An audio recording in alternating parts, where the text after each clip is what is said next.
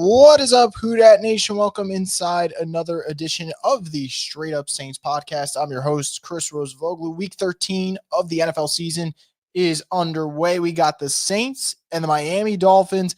Saints looking to rebound from what I thought was a flat, disappointing loss against the Falcons, where the offense couldn't get anything done in the red zone. And obviously defensively, thought really strong first half, second half against Kirk Cousins. Not so much. So a couple storylines to follow for this game as we get ready for kickoff in what seems to be wet conditions in Miami. I'll be looking at the Saints kicking situation. Charlie Smythe making his NFL debut with New Orleans Saints. He's been with them for a little bit of time now. So, great opportunity here as the opening kickoff gets returned to about the 31-yard line. I'm looking at the kicking situation for the Saints. Not great conditions today, but you've moved on from Blake Grupe, which you had to do. We all begged for it after the Falcons game where he missed another 2 kicks on the season. I'll be looking at the offense, especially in the red zone. They were putrid last week. Maybe the worst red zone performance I've seen in a long time, especially when it comes to the Saints. Kellen Moore took accountability for that. How do they rebound today if they do? Running game, no Alvin Kamara, Devin Neal in. Taysom Hill's obviously going to get carries. Curious to see that. So we'll see what happens here as we open up with a 1st and 10, and the Saints go to Devin Achane, who gets about, let's call it almost 8 yards, about 8 yards on the opening carry. That's going to be a big thing for this game. We already got an injury for the Saints. Looks like Justin Reed is down. He's on a knee. Trainers are going to tend to him. So we're going to take already a quick break in the action here for this Saints-Dolphins game on the opening snap. Not ideal. Justin Reed's coming off maybe his best game so far as a Saint. Had the pick 6 against Kirk Cousins and the Falcons. But yeah, like I said, I'm looking at the red zone offense for today. I'm looking at the ground game without Alvin. And obviously with Tyler Shuck, do you want to see signs of a guy that you can trust for next season and not have to dip into that quarterback well again and maybe go elsewhere, maybe go BPA. Maybe that's an Arvell Reese. Maybe that's a Caleb Downs, whatever it may be. So we'll see how this game plays out for the New Orleans Saints. I don't think this one is as exciting in terms of the hype going into it. I think losing to the Falcons definitely simmered some of that. So we'll see if the Saints can get back in the good graces of their fans. And to do that, got to start stacking wins. So we'll see what happens here. 2nd and 2 coming up for the Miami Dolphins. Another team that kind of a disappointing year to say the least. Looks like Chase Young's almost lined up in the neutral zone, but no flag there. They're going to pick up the 1st down easily still. They're going to get to the Miami about 44. I think this is an interesting game for New Orleans in the sense that offensively, I got to see a little bit of life. Or I'm going to start looking at the rest of the schedule and go, yeah, I know the opponents aren't great, but do I feel good about what they could put on tape? I don't. Defensively, I've actually been somewhat pleased over the last couple of weeks. A lot of it has to do with guys like Chase Young and how he's played. 1st and 10 coming up here for Miami. See if New Orleans can get them behind the chains on this one. They're going to play action. Some pressure. And Cam Jordan's going to get the sack for the New Orleans Saints. By the way, Cam Jordan has been pretty damn good this year relative to what we saw last year. So Cam Jordan, all of last season, had 4 sacks. He's now up to 5.5 on the season.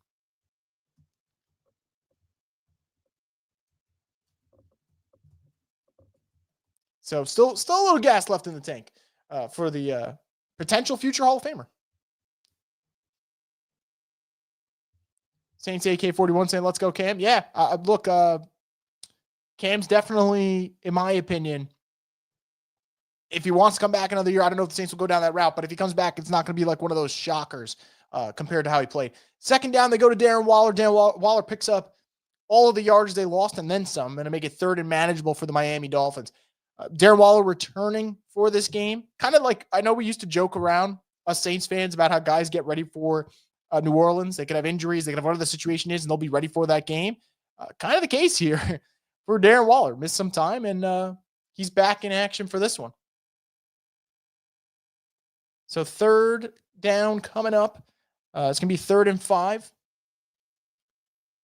Definitely got to be careful of guys like Waddle in this situation. Bad snap. Tua still picks it up. Got some time to throw, and wide opens Malik Washington. He's going to gain a ton of yardage, get down to the 30. That you don't want to see that at all. Pretty brutal right there for the Saints. Feel like you got the Dolphins in a great spot to get out of this, get the ball back for your offense, and Just wide open. I mean, look at that, just sitting right over the middle of the field and first down Miami Dolphins.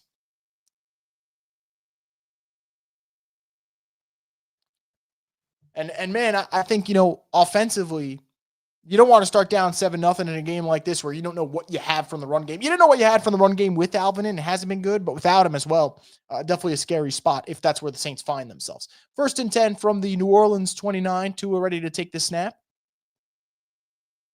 It's going to be a run to the right side, and this might be a touchdown. Let's see. And it is. Miami up early. Said you didn't want to fall down 7-0. Well, you're about to. Devin Achane into the end zone. Horrible first drive for this defense.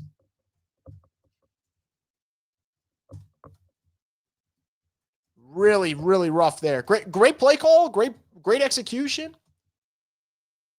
Carl Granderson gets blocked up pretty well. That's actually 2 blocks from the tight end. He did a good job on his early assignment on Granderson. Gets to that second level and makes a play there on Pete Werner. So bearing the extra point here from Patterson, which is good. It is 7-0 Dolphins. Really rough start, though, for the New Orleans Saints, man. And, this is a type of game where I feel like I don't want to say the word winnable. They got 2 wins. I hate using the word winnable. But you feel like it's a favorable matchup in the sense that you can be competitive. And you still can. There's so much time in this game. But defensively, that's not what you want. You don't want Miami to get in a zone where they're going to be able to run the ball down your throat. Now, for Ed's point, he's saying he needs 40 points, I guess fantasy points from Achane today. I think you're going to get it. I think you're going to get it for sure. He's a phenomenal. First off, is he not the most underrated back in the game? Because I would put him in my top 5 right now in the NFL, and I don't think he gets enough love. But he's a tremendous player. Brian says pass rush is a real underrated need for us, mainly run stopping. I mean, Brian, I couldn't agree more. I was watching yesterday, Ohio State, Michigan. I just kept thinking to myself, I'd love to see a guy like Arvell Reese on the New Orleans Saints. I think Arvell Reese would be a tremendous add for this team. I think they definitely need to get better in the trenches. I think outside of Chase Young, I don't think they have any guys there where you look at them and you go, that is a difference maker every day of the week. I don't think they really have those right now. Like I like Brian Brzee, but Brian Brzee isn't a, every week going to give you your best effort. So just not enough firepower, I would say, defensively. Saints are a reset/get right game for other teams. If you lose this one in blowout fashion, you kind of become that team, right? Like Atlanta Falcons were on a 5-game losing streak, I believe. And, they go into New Orleans, down Michael Penix, down Drake London, and they get the job done. So, yeah. Love how Taylor just completely whiffed on the touchdown. I would say that's the one thing about Alontae Taylor that just never got better was his tackling and just being defensively sound. I don't see how the Saints should pay him long term. I think that, when we talk about who the Saints might pay long term, I can get into the whole Chris Olave talk and saying, hey, I would pay Chris Olave because I think Chris Olave week to week has really produced at a good level. Alontae Taylor for me, and I know it's the position. Wide receivers, you're going to get more consistent play. Cornerback, you're not. I think Alontae Taylor's highs are great, right? Like I go back to which game was it that he was excellent? I'm drawing a blank here. The Panthers game, he was outstanding, But, last week against Falcons, he was getting picked on a little bit. So far today, you see the mistake in the run game, so it's tough. I completely forgot about Vernon Broughton. Hopefully he can pan out next year. He was a better run stopper at Texas. Yeah, losing him early is tough because these are the type of games where you'd see him in. You would definitely see him in. We just don't have the depth right now, but we need to let Kellen have 2 to 3 more good draft picks, like 2025 draft picks. Yeah, I mean, I think this was a really good start for them in the draft. Obviously, Shuck's starting, so that's a win in my book. Kelvin Banks has looked great. Quincy Riley's a good player. I think Jonas Sanker has definitely flashed his potential at times. So there is talent for the Saints. There's no question about it in terms of this draft class. Like you said, though, need to add more. And we'll see. Maybe this offense can get something going here with Tyler Shuck. Ed says Shador had a wide open Judy and overthrew him. I saw him on red zone just now, that play. Should be an interesting one. I think that game weather-wise is an utter shit show. Saints game started off weather-wise looking terrible. And, so far, weather looks pretty good in Miami, at least right now around kickoff. 1st and 10 for New Orleans. Going to start off with Shuck out of the shotgun. Going to hit Chris Olave, and Olave is going to gain about, let's say, 4 yards on 1st down. Chris Olave's status was a little bit of a question mark coming into today with the back spasms that he was dealing with, was questionable. I think he missed a practice earlier this week, was limited as well. Nice to see him, in the mix because, man, he's had an excellent season in my opinion. Now, that said, I think he's going to be a little bit limited today. So I think you're looking at Mason Tipton. You're looking at Vele. You need some guys like that to step up as Vele is going to take an end around and he is going to lose a yard. Just nothing going there. Was trying to find a crease, couldn't, and now it is quickly 3rd and 6, I believe, or 7 coming up for the New Orleans Saints. Saints-Browns 2022. I was there. I had to defrost. It was summer in Cleveland. Man, that was that the one where I think Taysom had a really good game, but it looked terrible, like in terms of just being, frigid conditions. That was a rough one. 3rd down, they're going to motion Tipton, going from left to right. Like I said, outside of Olave, they're going to need a pass catcher to step up today, whether it's Juwan, whether it's Tipton, whether it's Vele, someone needs to step up. And an early throw to Tipton, but it is going to be short of the chains, and that is 4th down. Saints are going to start off 3 and out. Not great. Not a great opening drive for this offense. So they're going to punt it away, and you're going to get your defense right back on the field. And that could be rough, depending on how the Dolphins move the ball on this upcoming drive. Saints AK41 says, Nick Underhill tweeted that was a $300,000 sack for Cam Jordan. Hell yeah. I mean, Merry Christmas to his kids, right? That should go into their presents, into the present fund there. Yahtzee saying, fucking Vele, 2 draft picks. Insane. And I would argue, man, we'll see how today goes. Maybe me saying this will jinx it for him in a good way, like a reverse jinx. We have not had a game where I'm like, okay, I can see the vision for why you brought in Vele. I haven't seen it at all. Saints are going to punt this away. Their punt game has been underratingly terrible, but that's actually not a bad punt to flip position of the field there. So Dolphins are going to get this at their own 17 when we get back from this little commercial break. But yeah, I think for New Orleans right now, hate to say it, this feels like a gotta stop them type of defensive drive. Because if not, oh boy, can this one get ugly in a hurry, It hurts me to see CMC thriving and AK declining. They were neck and neck for best all-purpose backs. They were. Look, now I don't even think it's debatable. I think McCaffrey has just, 2 out of the last 3 years have been sensational. I know last year was injury riddled for him, but, you look at what he's done this year. He's been outstanding. You look at what he's, did in 2023, was Offensive Player of the Year.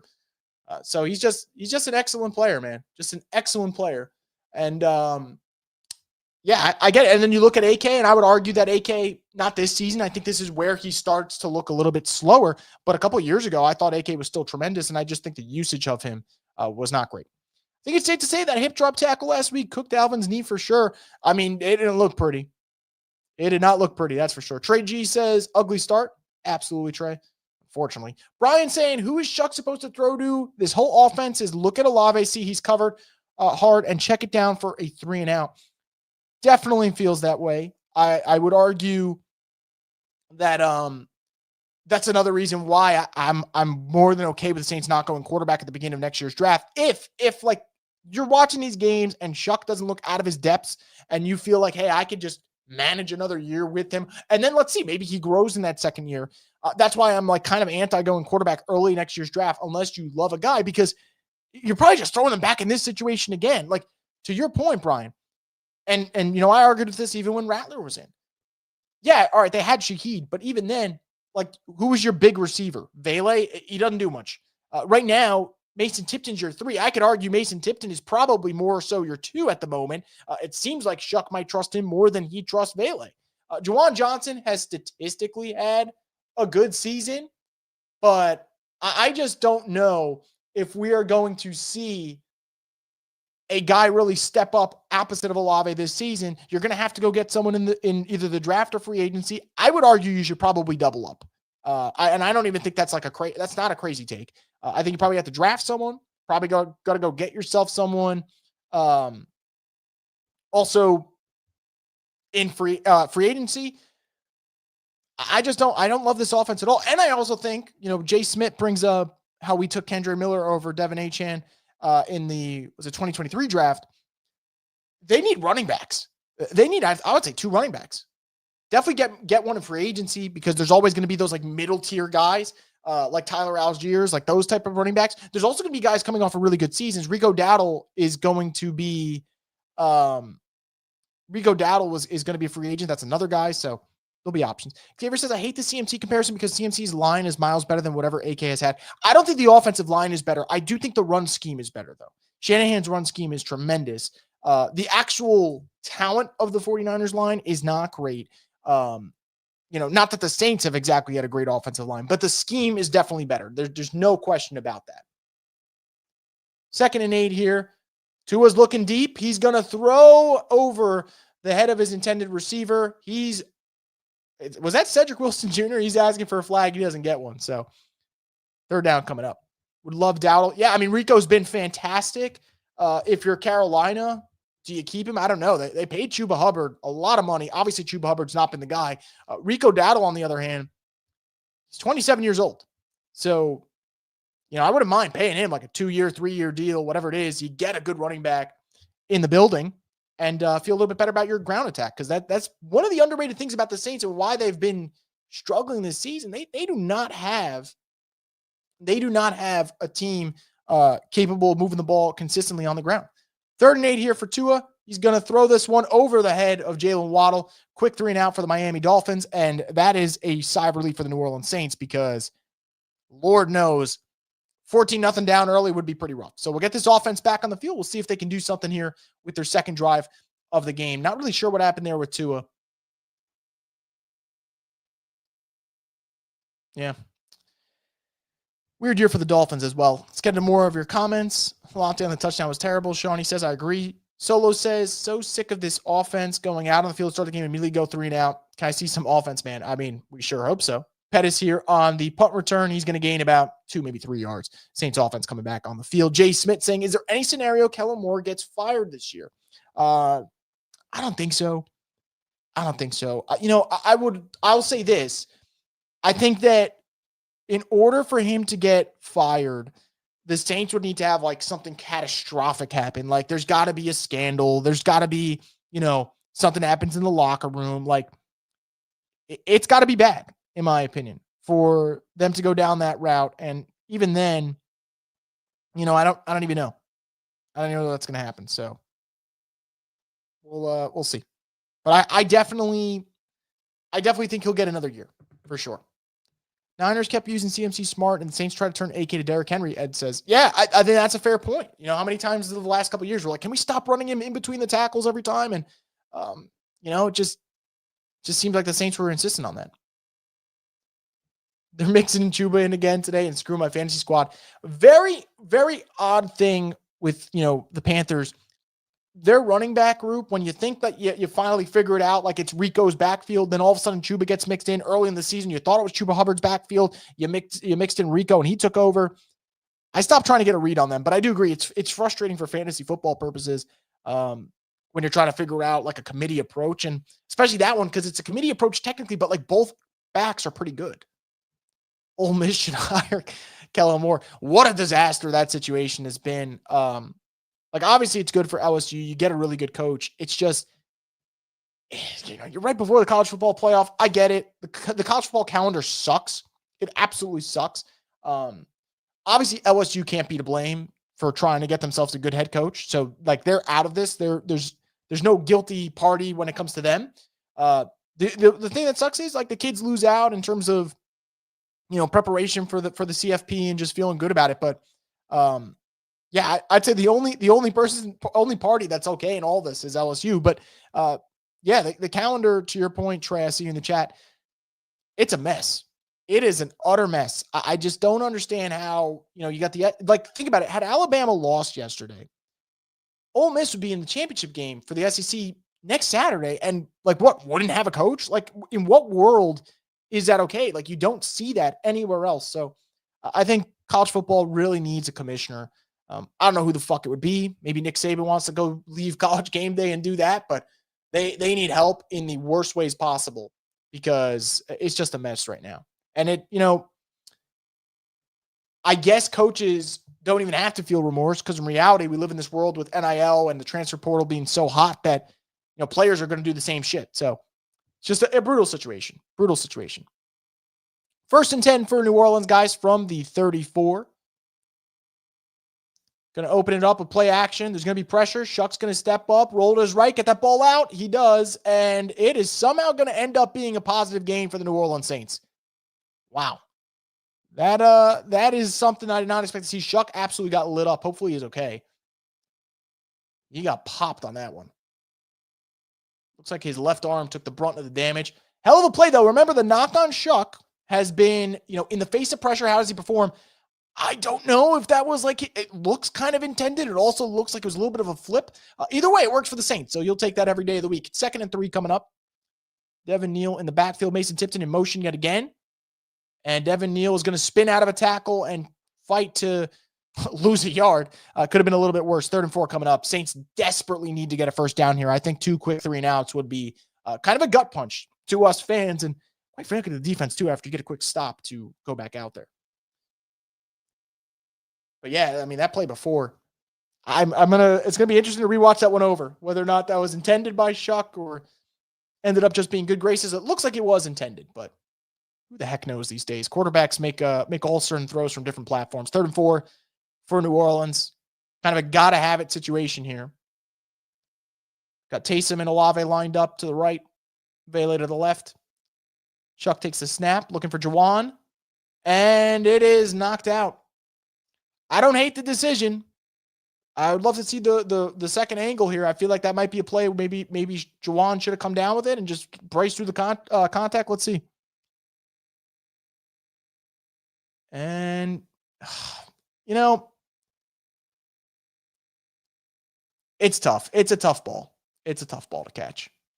So, yeah, quick punt again for the New Orleans Saints. But again, this is a good defense play. This goes down to what we were talking about maybe 2-3 minutes ago.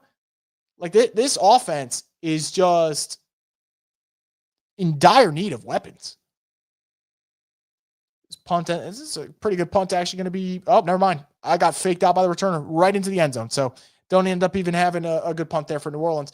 This offense is in dire need of playmakers. We look around. It just seems like, all right, if Olave can make a play, excellent. If not, where do you turn to? At least you had Alvin for dump balls before. Obviously, you don't have that luxury now. Juwan is having a career year, but it's interesting with Juwan. He's going to finish the year top 7 in yards for tight ends easily. And yet you don't feel like you're seeing the impact with him. And that's fascinating. So look at this. Last year, Juwan had 50 catches for 548 yards and 3 touchdowns. This year, mind you, we still have over a month of the season left. He's at 49 catches for 537 yards and 3 touchdowns. So statistically best year of his career, but not amounting to much. And like Ed said, Saints averaging about 15 points a game. This offense, it is a struggle. If they get to 17, you're like, oh, we might have a chance today. And to me, that's just awfully embarrassing. That should never be the case. We'll be lucky to score 3 points. More needs to go. I mean, look, we could, I'm not necessarily disagreeing with you. We can ask for Kellen Moore to go, and it's just not going to happen. It's just not going to happen. So we'll have to just do another year of this for sure. I hate how we're so bad that every week the broadcast team storyline is talking about how dynamic and talented the opposing defenses, even though as a unit, these defenses are below average most of the time. Yeah.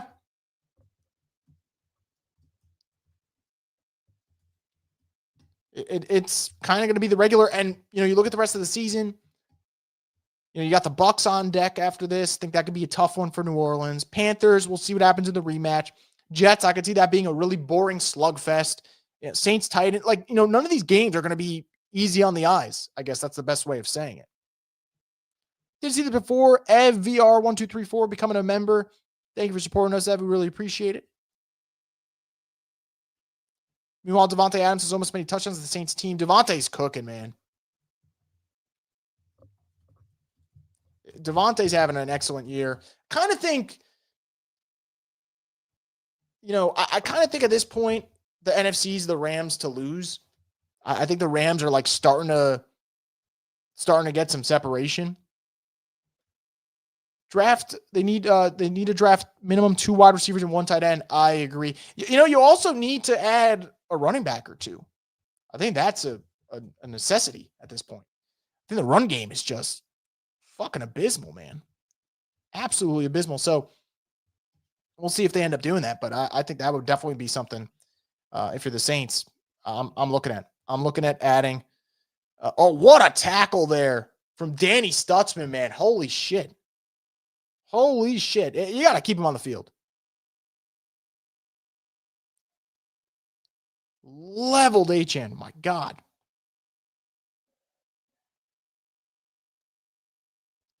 And that right there is stuff that can excite you a little bit.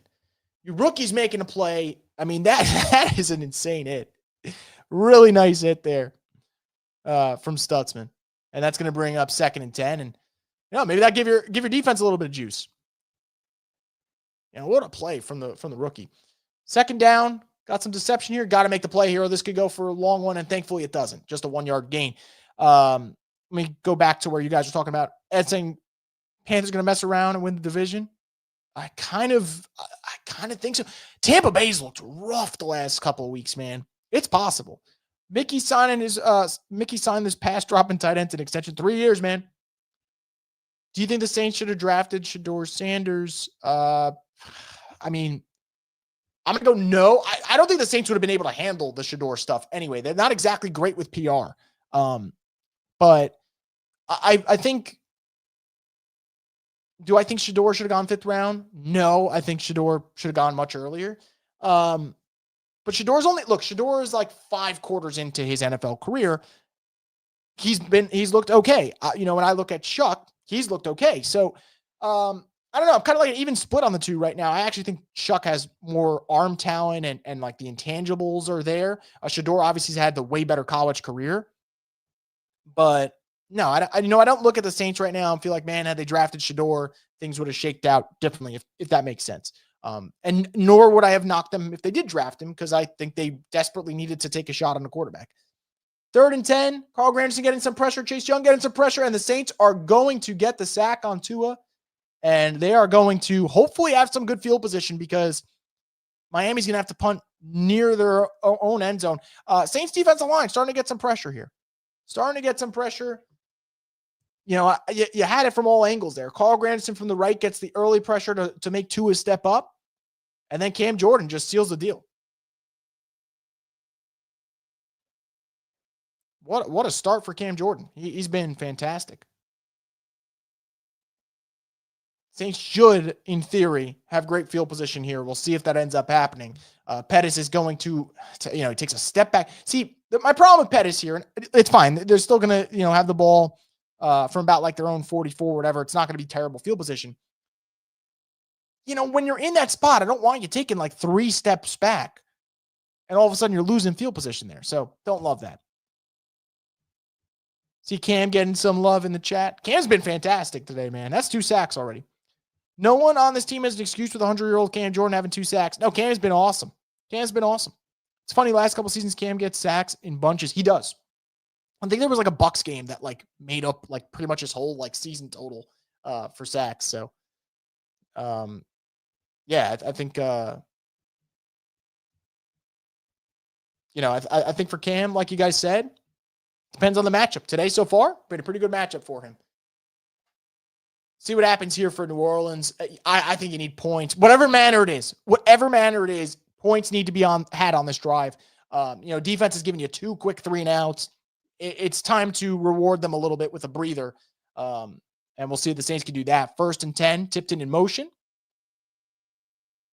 And it is going to be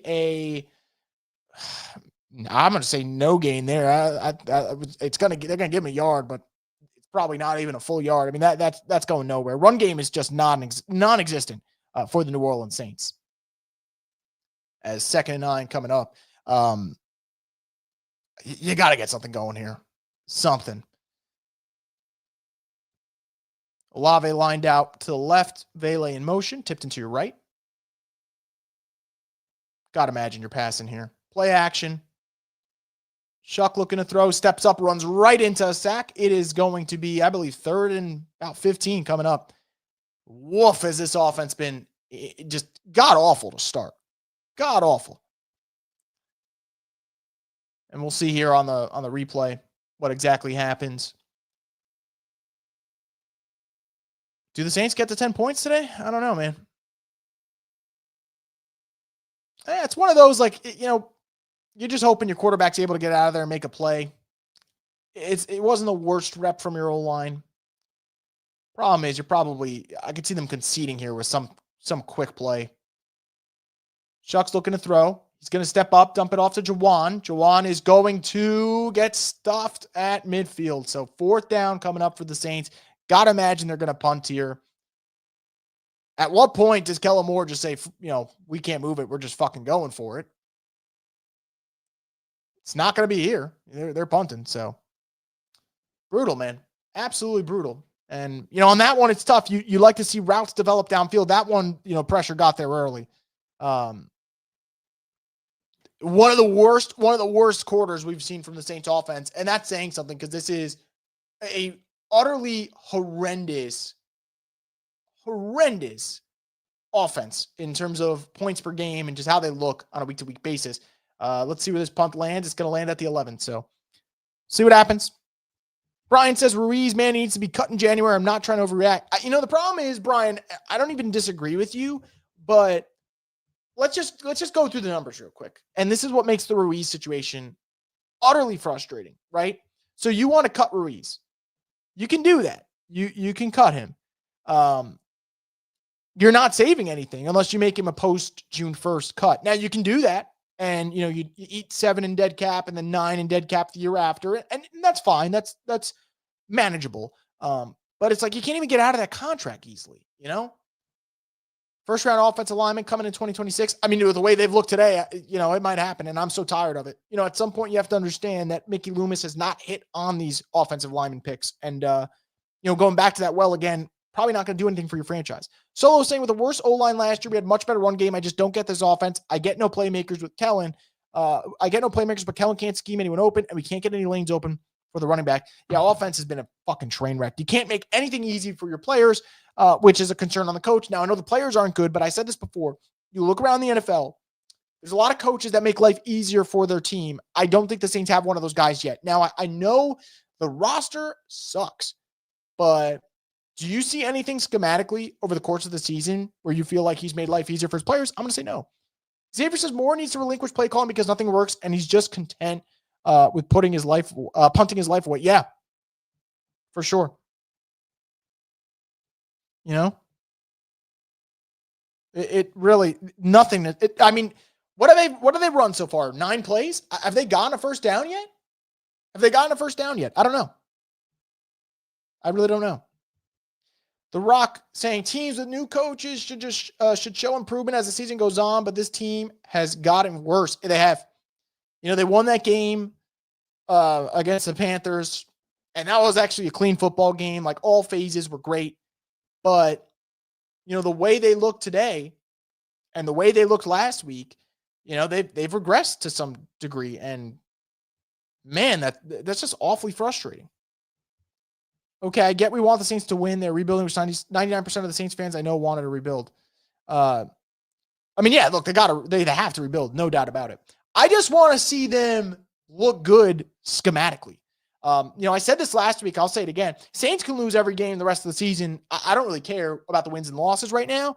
It's just about whether or not they're going to be able to show me signs of a team that's on the rise or a team that at least has the right coach. And I know it's tough as Cedric Wilson here breaks a tackle and gains about 15. A horrible tackling there.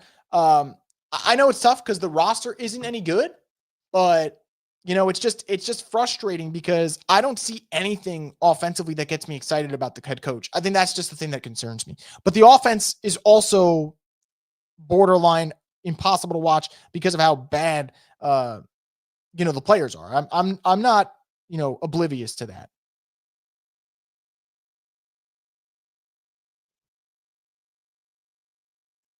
First and 10. Tua drops back. Going to throw it deep. Wide open is Darren Waller. I mean, wide the fuck open. And Jonas Anchor thankfully makes the tackle, or that would have been a touchdown. So Miami's in business. In Saints territory. Really rough. With how many resources we put into the offensive line, it should be a strength, but it is absolutely not. I think that's the concern, right? Like you said, it should be a strength. I would argue it's a weakness for the Saints so far. Just really disgusting stuff from that group. Matt Stafford about to have like 4 picks. I just saw the pick 6 he had. Wouldn't that be the upset of the day? Rams were, I think, 10.5-point favorites over the Carolina Panthers. And right now, Panthers are leading 14-7. First and 10 coming up. Achane in motion. They're going to give this one to Ollie Gordon, and he is going to plow his way to about 8 yards. So Dolphins are on the move, man. This kind of, I don't want to say sound the alarms, but Saints go down 14-0 early here, and could be lights out with the way they've looked. That's for damn sure.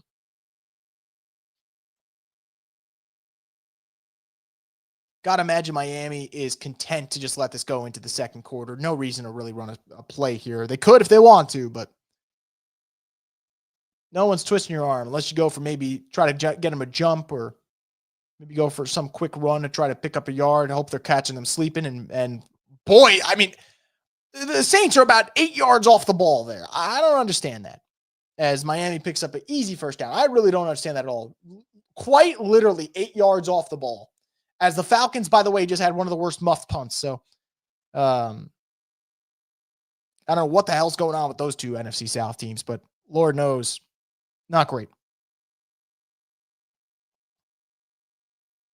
So we're into a break here as we get into the second quarter. I think maybe this is my fault. I really thought the offense wouldn't look this fucking abysmal. I mean, to not have a first down is just an utter wreck. And now I think part of it is, and I said this before, not having the run game. Find something different to do then. Whether that is a Taysom design run, whether that is just maybe first down, we're not running the football immediately. Maybe we're coming out throwing if you're the Saints. Something different. Got to switch it up. And as Robert says, inspiring first quarter. Yeah, Rob, I'm not going to say it's the worst quarter the Saints have played this season, but because defensively they had 2 good possessions, but man, this is tough. And mind you, just to put in perspective, guys, how bad the Saints offense has been, that was the 4th possession that the Dolphins have had this quarter. Now, I know that's also because the Dolphins have been going 3 and out a little bit, but 4 possessions in 1 quarter tells me you can't hold on to the fucking football or move the chains effectively, which is obviously the case for New Orleans. And, this could be one of those games similar to the Rams. You guys remember when the time of possession was just an utter mess? First quarter's over and it was 9-6 time of possession. If that starts to stack up, this is where you get in that little bit of a danger zone. So we'll see. Looking over to see what the Rams are doing. Looks like they're going to get back in scoring position. Rams-Panthers might end up being a shootout today. Who the hell knows? I mean, I like I said, I give up trying to figure out the NFL.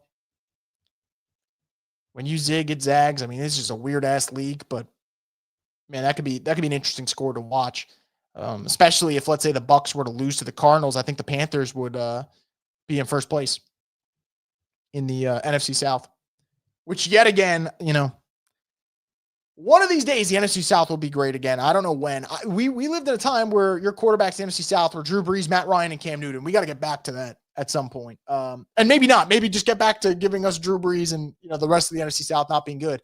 But you look around right now, and like Baker Mayfield's by far the best quarterback in the NFC South, and I wouldn't consider him an elite quarterback. I think he's a good quarterback. First and 10 coming up for Miami from the Saints 24. Going to go with a run here. They're going to pick up about 3 yards. Yeah, I think if you're New Orleans here, you gotta have one of those bend but don't break type of drives here. Your offense struggles to score 17. It is pulling teeth to get to 10. If you go down 14-0 here, it might be over in a hurry. Saints need some weapons on offense. Need to rebuild this offseason. Yeah, no doubt about it. I mean, they need a lot. The good thing is the Saints gave away 2 draft picks for Vele. What a stud he's been, right? And one of those picks is going to be a top 100 pick, by the way. That's what they gave up.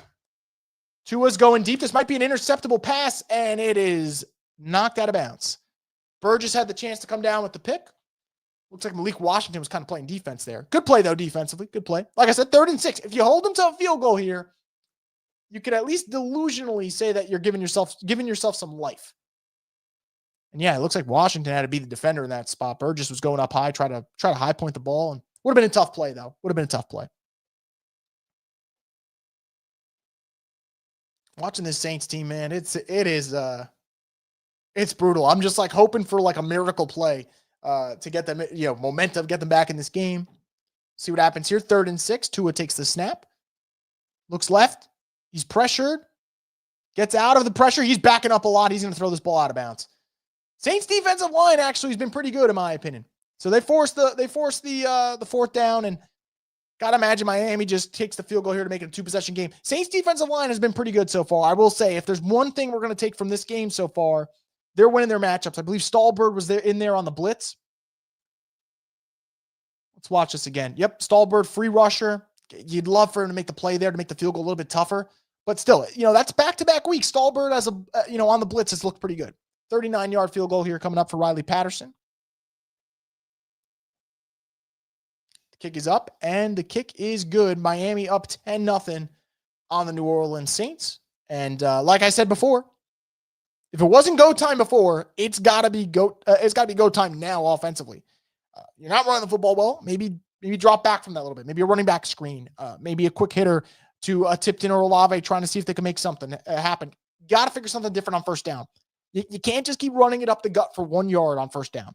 It's like a throwaway play. It's the same thing we complained about with Pete Carmichael, but now you're getting it with the head coach. Saints 41 says, Kellen needs to realize that he sucks as a play caller. He needs to coach the team and hire an OC. Don't think that's going to happen, but we shall see. At least in the boot, we have Lane Kiffin to look forward to. Kellen, on the other hand, not looking promising. Yeah, at least with Lane, you're going to, until the Lane fiasco inevitably happens in the moment. And look, if Lane wins a national championship, then it's all, all bets are off. Maybe Lane finally, for the first time in his career, is happy and is like, hey, I'm staying here. But Lane's going to have an exciting, really, really exciting offense. Do we even get to see Smite's better than Groupie? Yeah, I don't know. Are we going to get the chance? Saints will not win no games if they put up over 30.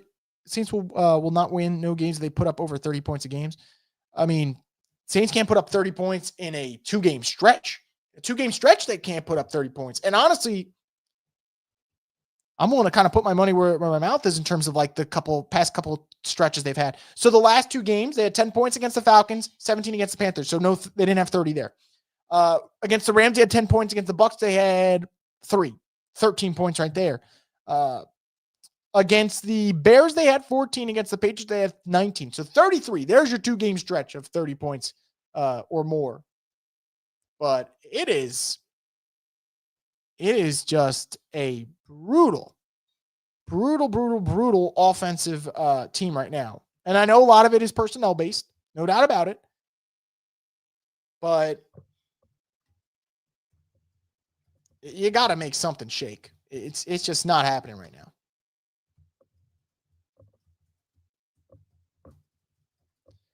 And the funny thing is, defensively, every week I'm walking away with more positives than I am or than I anticipated, as opposed to the offense. Like I'm looking around, at the defense, and obviously I've said a million times, I think Chase Young's been phenomenal this year, but like Cam Jordan's been good today. Isaiah Stallbird the last 2 weeks has been good. Quincy Riley's had a nice rookie season. Jonas Sankers had moments in his rookie season. Kool-Aid McKinstry, the highs are high and the lows are fucking low, but man, it is, he's a playmaker. So there's been moments defensively, offensively, outside of Olave, there's not a single guy that I feel like is worthy of a huge shout out in terms of what they've done week to week basis. I do love Kelvin Banks, obviously, but offensive line still is a work in progress.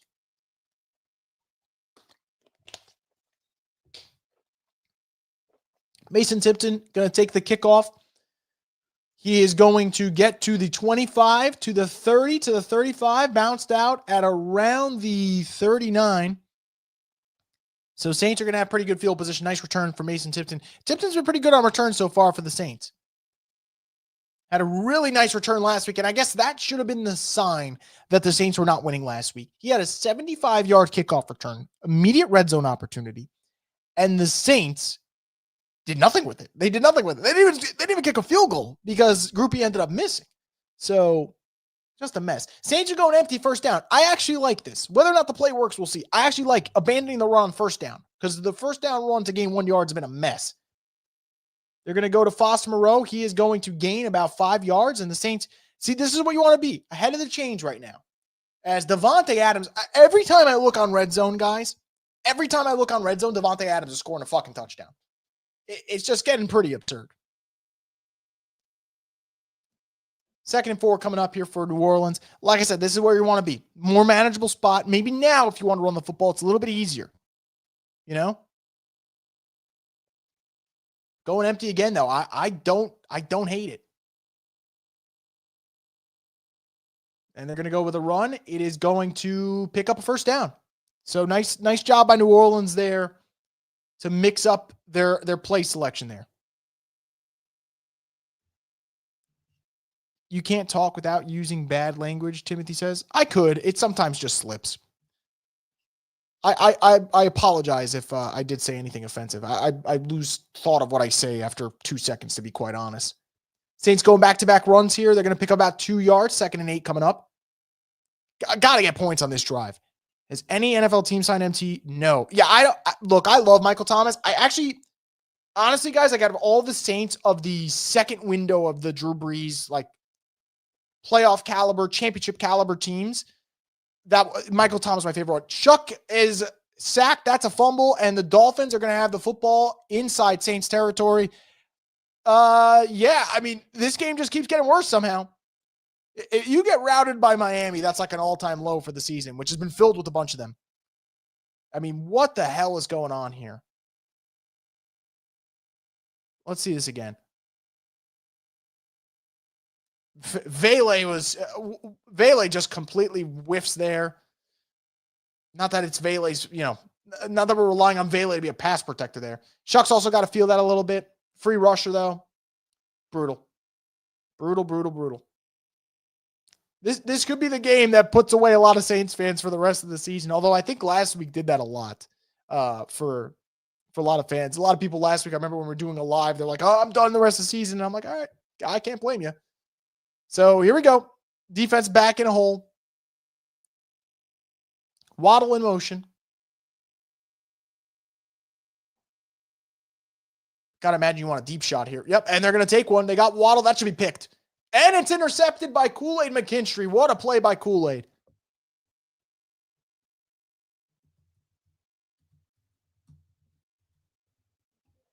What a play.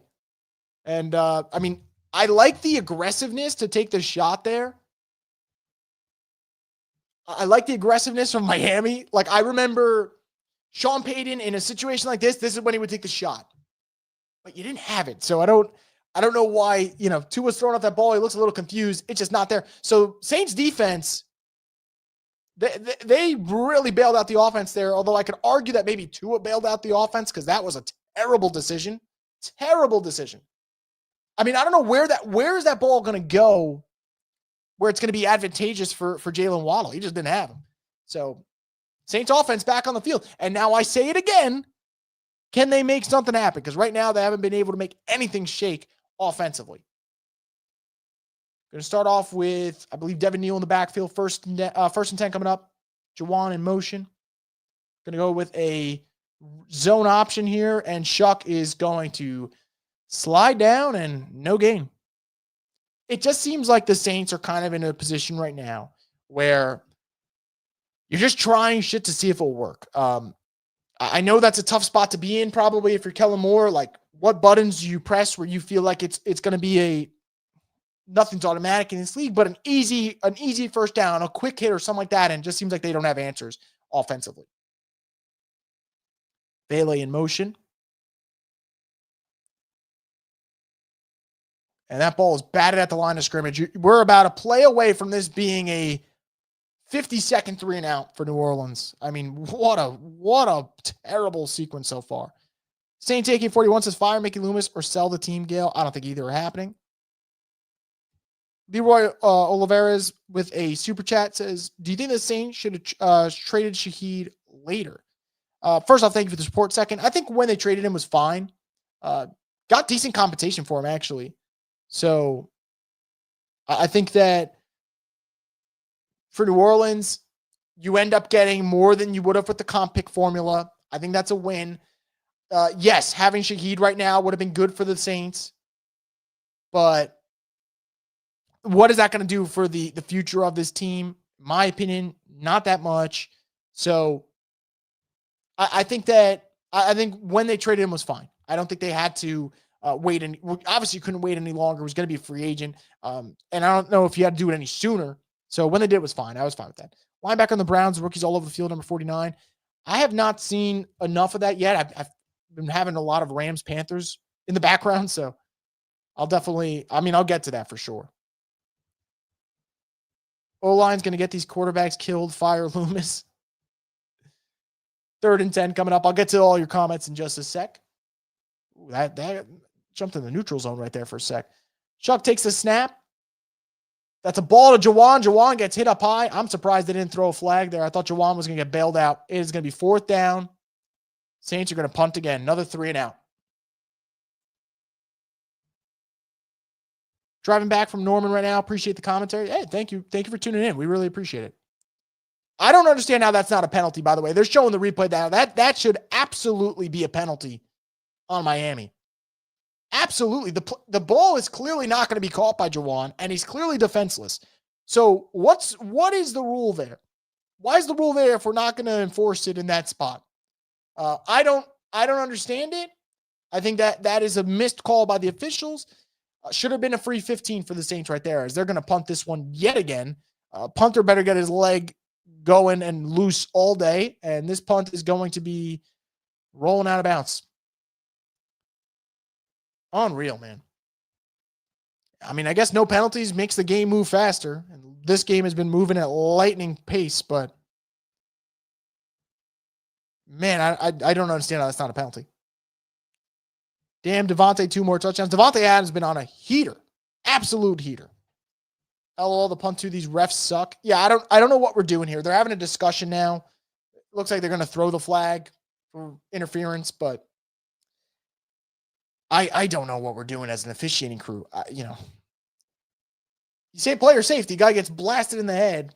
Nothing great. So penalty against the Saints here, going to give Miami a little bit better field position than they currently have. And we'll see if the defense can make another stop. I mean, at this point, I don't even think it matters with the way the Saints offense has looked. So we'll see. Alan saying, diehard fan living in Miami, I couldn't stomach going to the game today. Same with the Pelicans in January. I can't do it. Neither team has any direction. Yeah, I think that's a big thing. New Orleans, I guess you can argue, especially over the last couple of years. I get why certain decisions were made. I don't understand for the life of me what they think is going to happen over the next couple of years to instantly turn around this team. I think it's going to be a while. And I don't want it to be, obviously. I want the Saints to play really competitive football. And I want to see Thursday night football games again. I want to see Sunday night football games again. I want to see Monday night football games again. We don't got any of those this year. I think it's such a long process because the people in charge have whiffed on so many decisions. We're sitting there talking today about how the O-line hasn't looked good. Why is that the case? Like, you use so many assets on the first round on the line. Shouldn't be the case. Running game. I love the dude's talent. Kendra Miller was a waste of a pick, unfortunately, because he's never healthy.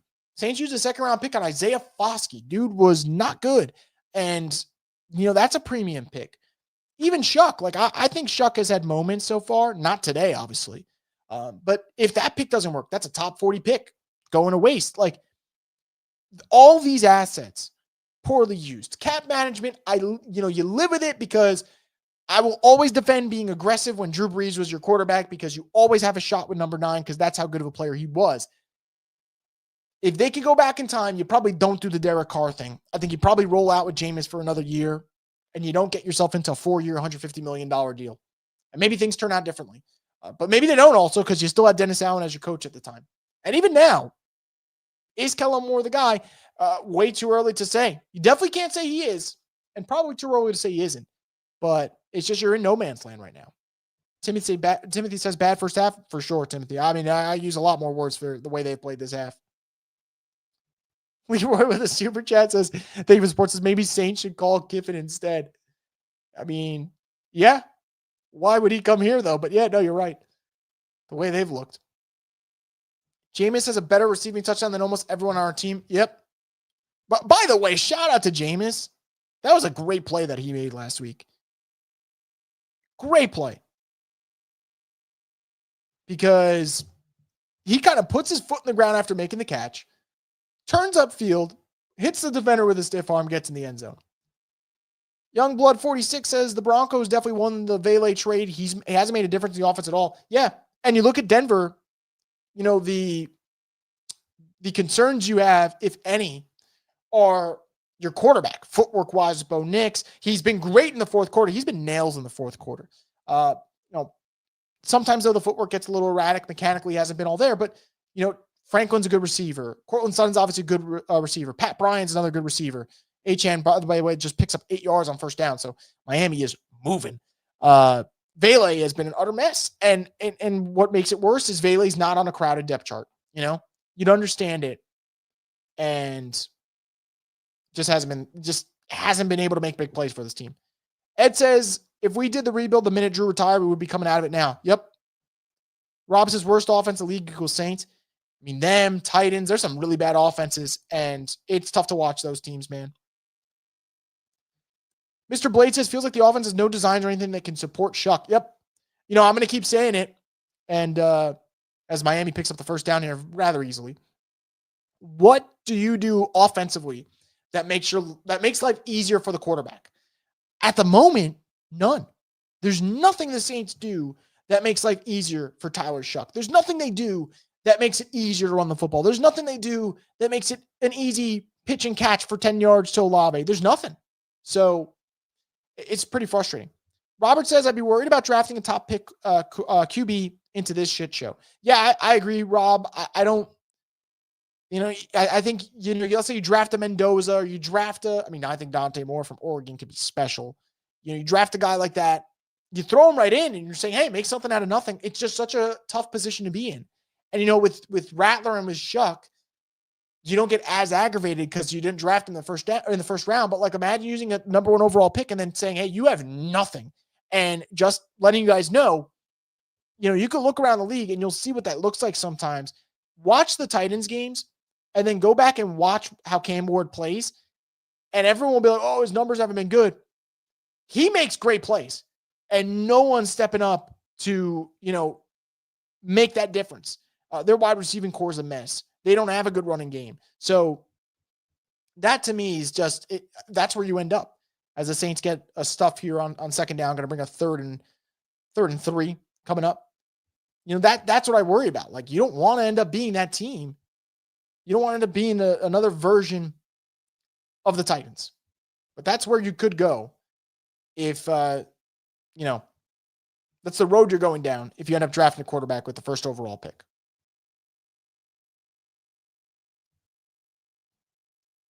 Leroy says Jameis got blackballed by Allen in 22, could be QB.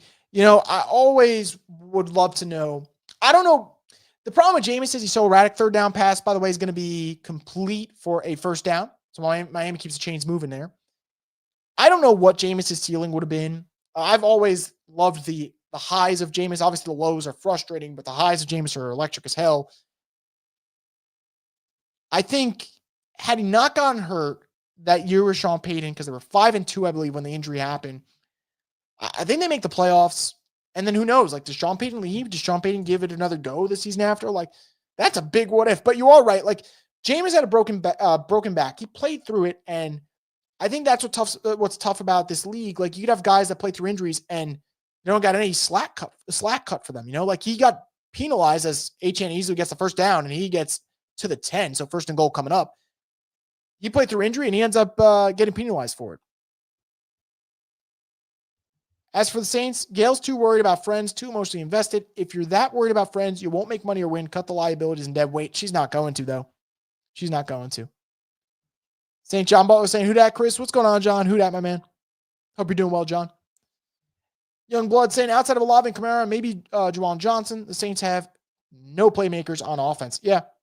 Totally agree. And I'll include Juwan in there. I know we get frustrated with him. Juwan's not a bad player. He's just a frustrating one. Mr. Blade saying, side note, us not wearing gold pants in the game is depressing. Got to end around here to Achan. He's going to pick up about 3 yards, 2nd and goal coming up. Yeah, I miss the gold pants. I hate this version of the gold pants, though. Like, maybe I'm wrong. I think Nike's uniforms, like, I used to love the Reebok uniforms. And maybe that's a weird take, but I loved the Reebok uniforms. Timothy says, why does nobody ask Kellen Moore why he's not, which, like, what, like not calling easier plays or not making it easier for his offense? Get back to me on that one, Timothy, just so I could get you, kind of continue your point there. But, yeah, just, it's weird. Kellen Moore, I know he's a first-year coach, and he's the youngest head coach in the league, so there is, like, patience that you have with the coach. But just seems like people, not you guys, more so like the national media, they don't even talk about him. Like, it's okay to be a little critical. You know, I think there's other coaches who haven't been given that grace in the NFL so far. This is a big spot, obviously, for this game. You know, I think I don't think you're in a good spot regardless here because, you know, you're tacking on more points, and obviously points, forget about coming at a premium. They're not coming at all for the Saints. But I think, you know, you go down 17-0 here, you about wrap this one up. 3 possessions with the way your offense has looked. That's about curtains right there. But we'll see. We've seen crazier things happen. Maybe that'll be the case. But this offense, and like I said, time of possession, it's going to stack. You know, now we're about at a 15-8 split. It's going in the wrong direction for this team. 2nd and goal, Achan's going to cut back, and he's going to get tackled at the 7, I believe. So 3rd and goal coming up. Sucks we don't have Philly-level talent, so Kellen can do what he actually wants. I do think that's part of it. But, I said this before, like, you got to be able to adapt to what you have. I don't disagree, Alan, though. Like, I do think a lot of what Kellen Moore's running is like, hey, if he had better talent, this would work. But he doesn't. So I think you got to adapt a little bit. Leroy with another super chat. Thank you for the support. Says, can someone tell Shepard to twist Achan's ankle, JK? I mean, look, I don't want that to happen. Even if that did happen, I think Saints would still be in a tough spot right now. Oh, that should have been a walk-in touchdown. Saints are going to get bailed out. That should have been a walk-in touchdown. Wow. All right. I mean, sometimes it's better to be lucky than good. Watch this one right here. Great play design, by the way. Great play design. Should be an easy touchdown. Not a great throw. And this one's going to end up being a 13-0 game instead of 17-0. And if you're the Saints, you just say thank you and you keep it moving because, boy, could have that been rough. The fact that the Dolphins look competitive against us 100% has to mean rebuild your team from top to bottom, even the coach. Forget about competitive. And Dolphins look like the far superior team today. And I would argue they haven't even looked that good at times. Just Saints have just been an utter train wreck. It's kind of the spot that they're in, unfortunately. Reports say Kiffin is trying to take most of his offensive staff. Love it for LSU, but hate it for the Ole Miss kids. Yeah, it's a tough spot. And, it's so weird. Like, correct me if I'm wrong. I don't think there's been a situation like this before where, like, and I know it's because we're in the 12-team college football playoff era, so it's different now. But, like, you got kids that hypothetically, it's not going to happen, but hypothetically were what? Like, 4 wins away from a national championship. Again, Ole Miss was not winning the national title this year, at least not in my opinion. But for that to happen is just crazy. Just absolutely crazy for these kids. I feel for them. But again, that's why I said before, college football needs to have some guidelines right now. Everyone's just doing whatever the hell they want. And this is what kind of happens, You invite chaos with this lack of structure for college football. Ellen Moore, one and done, please. I mean, I don't think he's going to be, but we'll see. Is it safe to say the Saints are the worst team in the NFL? I think them and the Titans are neck and neck. I know the Giants are picking top 3 right now, but I don't view them that way. I think the Giants are better than what their record says they are. I'd say Saints and Titans are the 2 teams that look abysmal every day of the week. And I just don't know if it's going to change.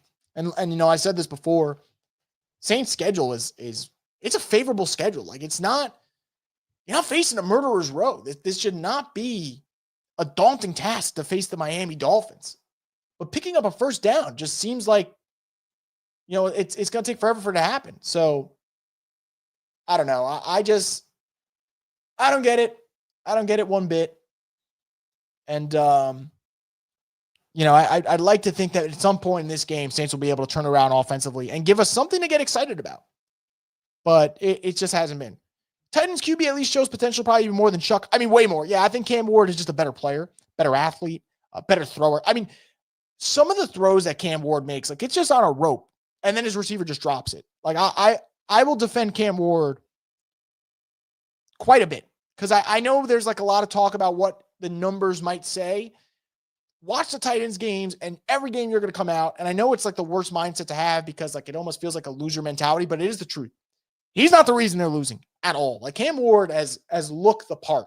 That Titans team is also similar to the Saints though, deprived of talent. See what happens here. Pettis taking the kickoff to the about 27, 28. So we'll see.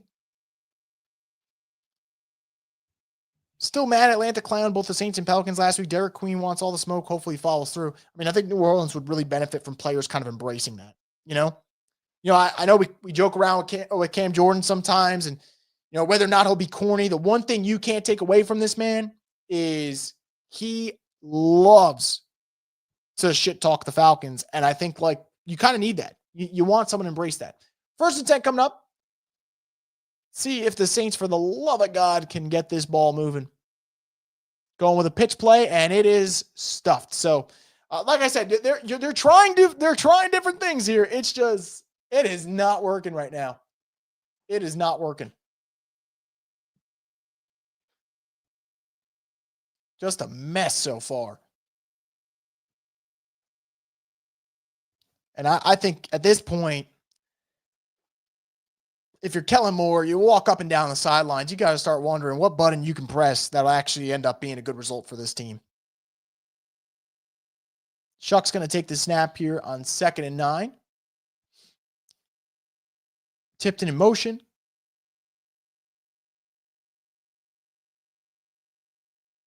Chuck's going to look. He's going to run and slide.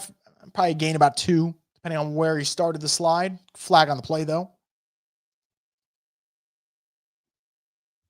It's the guards and tight ends messing up the blocking scheme, man. The guards for sure. I mean, it's a big thing. And this is why I went back to before when I talked about it. You got to kind of have to adjust as a head coach. Saints are going to end up getting a first down here from this penalty. So we'll take that as a win. I don't disagree with you because if I go back to what Kellen had in Philly and when you have everything set out, it works, right? It works.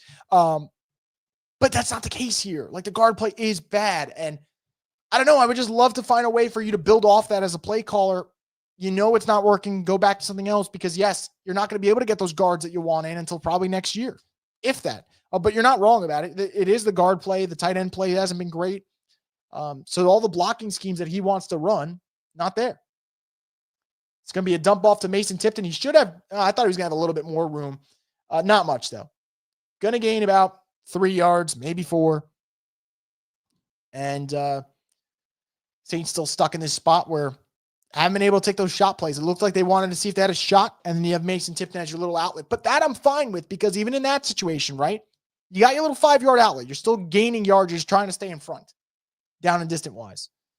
Going to hand it here to Devin Neal. Devin Neal's going to gain about 3. Even that play looked like he could break it. I think the Saints are close, and I know I say this on 3rd down. And it could backfire and they get stopped, and all of a sudden you're punting the ball to Miami yet again. I feel like New Orleans is knocking on the door of a big play. It looks like they're knocking on the door. We'll see if they end up, kind of busting through, but they're getting close to making a big play here. 3rd and 2 coming up. Saints are 0 for 4 on 3rd down so far. Great time. No better time than now to get their first conversion on 3rd down. Going to go with a run here for Devin Neal, and he's going to pick it up. Nice gain for the rookie running back. How do y'all actually feel about Kellen Moore? I don't think he has his head coach. I don't feel great.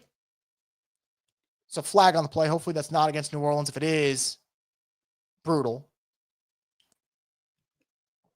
I don't feel great.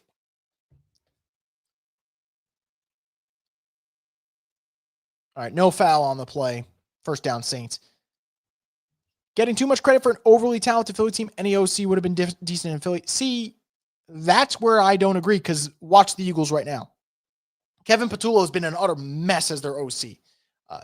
I totally get the point. Like, yes, Philly's offense is loaded, so there's more to work with. Life's a little bit easier for Kellen Moore. But if you watch the way Philly's played right now under Kevin Patullo's scheme, it hasn't been pretty.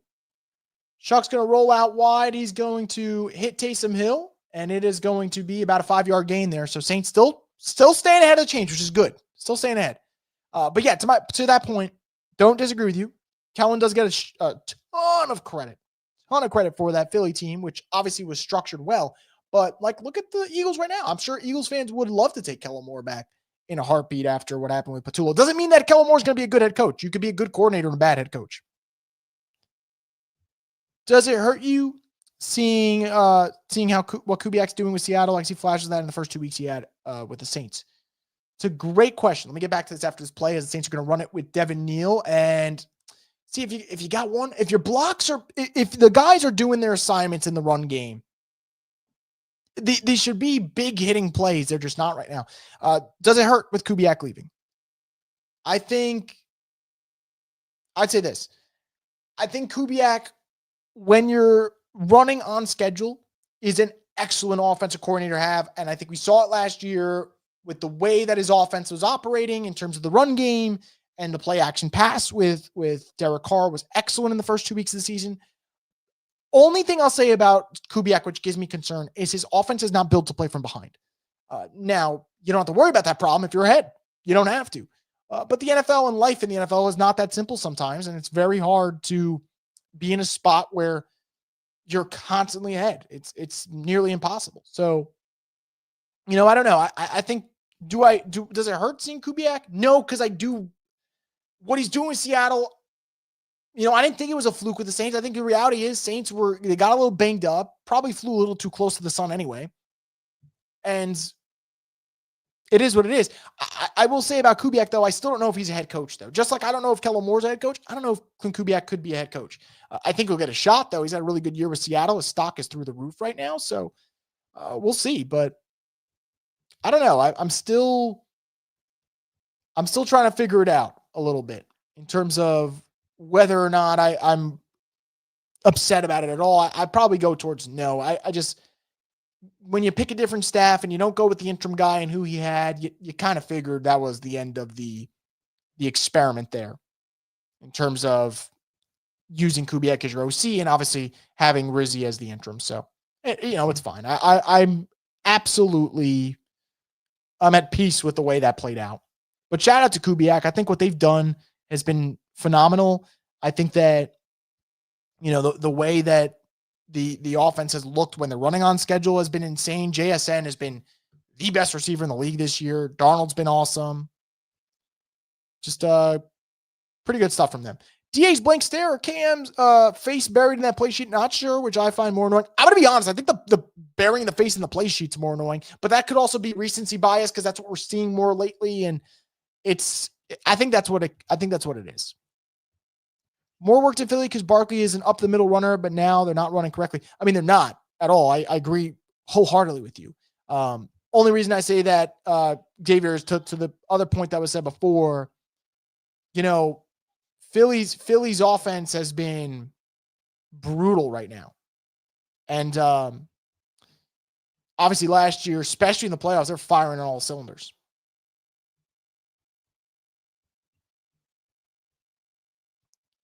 Waiting for this 2-minute warning to come out. Gotta wonder if you're the Saints, do you kind of consider, depending on what happens on this down, obviously if you lose yardage, it's a whole different conversation. Does this somehow become a 4-down territory spot? We'll see. We'll see. Offensively, though, what a freaking mess.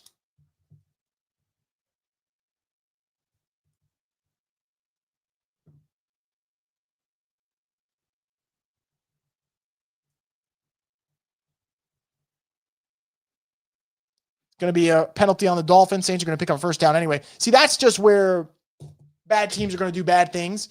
No way, no way should that end up being a penalty coming out of the 2-minute warning if you're Miami. There's just no situation where you want that to happen. I mean, obviously, it's great for the Saints. Keeps the drive moving, a little bit of pressure off. Now you could just kind of run whatever you want in terms of run, pass. You got the 3 timeouts. The clock stopped here anyway. So, yeah.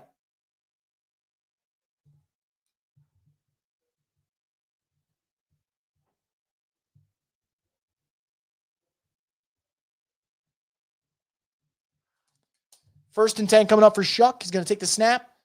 Scott looked like he had Olave. He's going to roll out. He's going to run. He's going to use his legs. Going to pick up about 8. So not a bad. Again, stay ahead. Positive yardage. Keep it rolling in the right direction. Looks like the Saints are doing just that.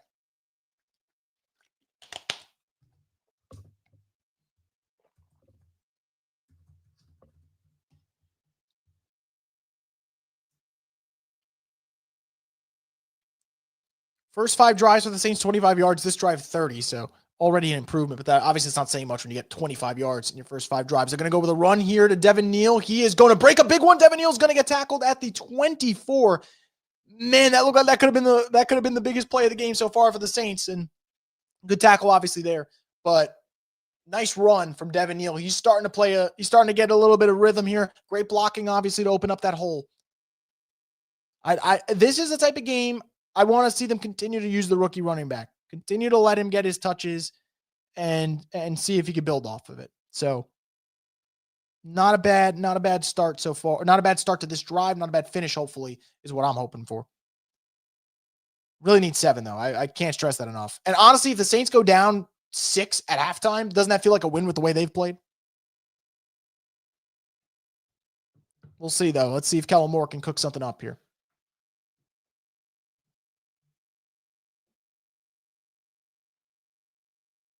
Going to have Olave, Tipton, Vele lined up at wide receiver. Got to imagine that's a 3 you're rolling with right now anyway. Not really playing anyone else. If we get to the point where Dante Pettis is playing meaningful snaps at wide receiver, cancel the season. Jawan in motion. Shuck takes the snap. Throws it, incomplete. I think he got hit he definitely got hit as he threw it. I think he was going for Olave on that crosser. Not meant to be there. 2nd and 10 coming up. Had him too. I mean, I don't know if it ends up going for 6, but it's definitely going for first down. Yep, arm ends up getting hit. Just fortunate enough that doesn't end up being a interception or anything. It's the last thing you want. Yeah, it wouldn't be a touchdown. Would definitely be a first down, though, if he hits that one. 2nd and 10 coming up. Going empty. Neal motioned all the way out right, I believe. Let's see. Oh, that's a pick. That might be a pick 6. That was a horrible decision from Tyler Shuck, and it is going to be returned to the 40.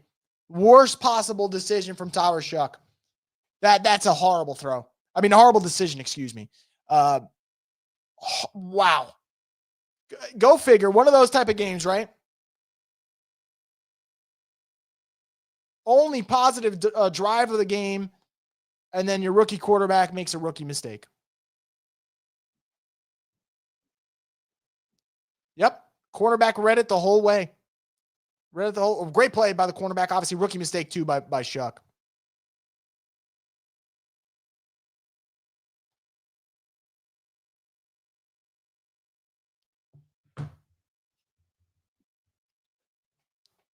And Miami, I talked about cutting this 13-7 potentially. You're thinking maybe 20-0. Yeah, tough one right there. Really, really tough one. Let's get through the comments here. JGPR6497 says, Chris, WhoDat Nation, how y'all doing? We're doing a little bit better about a minute ago. Not great there. Rock says he baited him into it. He did. And like I said, that's why, in my opinion, that is the prototypical rookie mistake. You're daring him to throw that out route And that's what happened. That's what happened. Robert says, well, that was ugly. Yep, for sure. Blake says, Shuck is awful, man. I'm not even mad. It was bound to happen. Yeah, I mean, you know, I think I probably have more patience with rookie quarterbacks, or I have the right amount of patience, I should say. Stuff like this is going to happen. Doesn't mean I want it to happen. I most definitely don't want it to happen.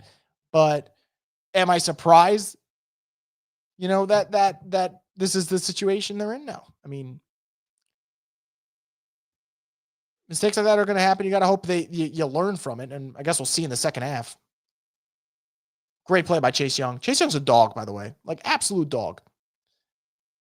Leroy with a super chat says Spencer Rattler's laughing right now and laughing more at more. I mean, sure. I mean, here's my only counterpoint for the Spencer Rattler thing. Would you guys like want him in right now?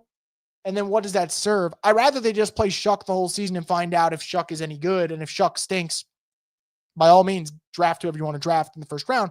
But it's not like the Saints were winning with Rattler, and obviously with Shuck, it's been the same nonsense. You know, maybe more points per game, obviously with Rattler, and that kind of makes sense for me.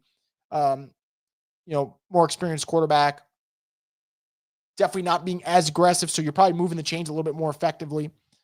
But if this is the result, I'm going to live with it. I'd rather just let them see if Shuck sinks or swims and figure it out.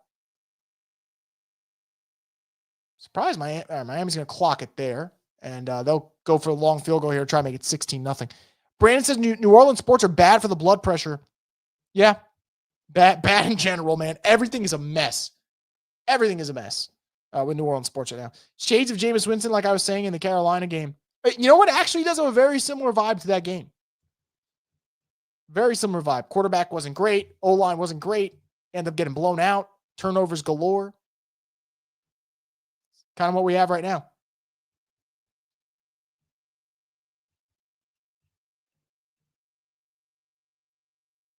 So Saints, I believe, use their time out there. We'll see what happens. Poor Olave, he looks hopeless out there. Trade him, Leroy says with the super chat. Thank you for support. I mean, I don't know. I don't know if I don't think I would. I think I would see what the contract number is. I don't know where you guys are out on this. I'll tell you my take about Olave. I think if I could pay him $25 million a year, I'm okay with that number. I think if I have to go into the 30s, I don't know if I'd be thrilled about that at all. But if I paid him the same amount of money that like Devontae Smith makes, I'd be cool with it. Like I'd live with that. I think they're in the same realm of receivers. So it's kind of where I'm at with that.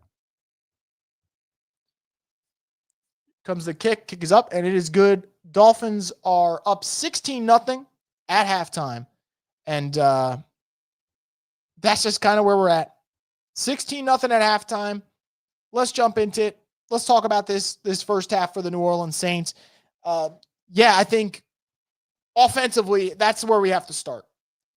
We have to start around this offense and how putrid it's been. Tyler Shuck, 7 of 12. Only 43 yards passing. He's got an interception. He's been sacked twice. He's got a fumble on one of those sacks. It was a strip sack. So nothing there from your pass game.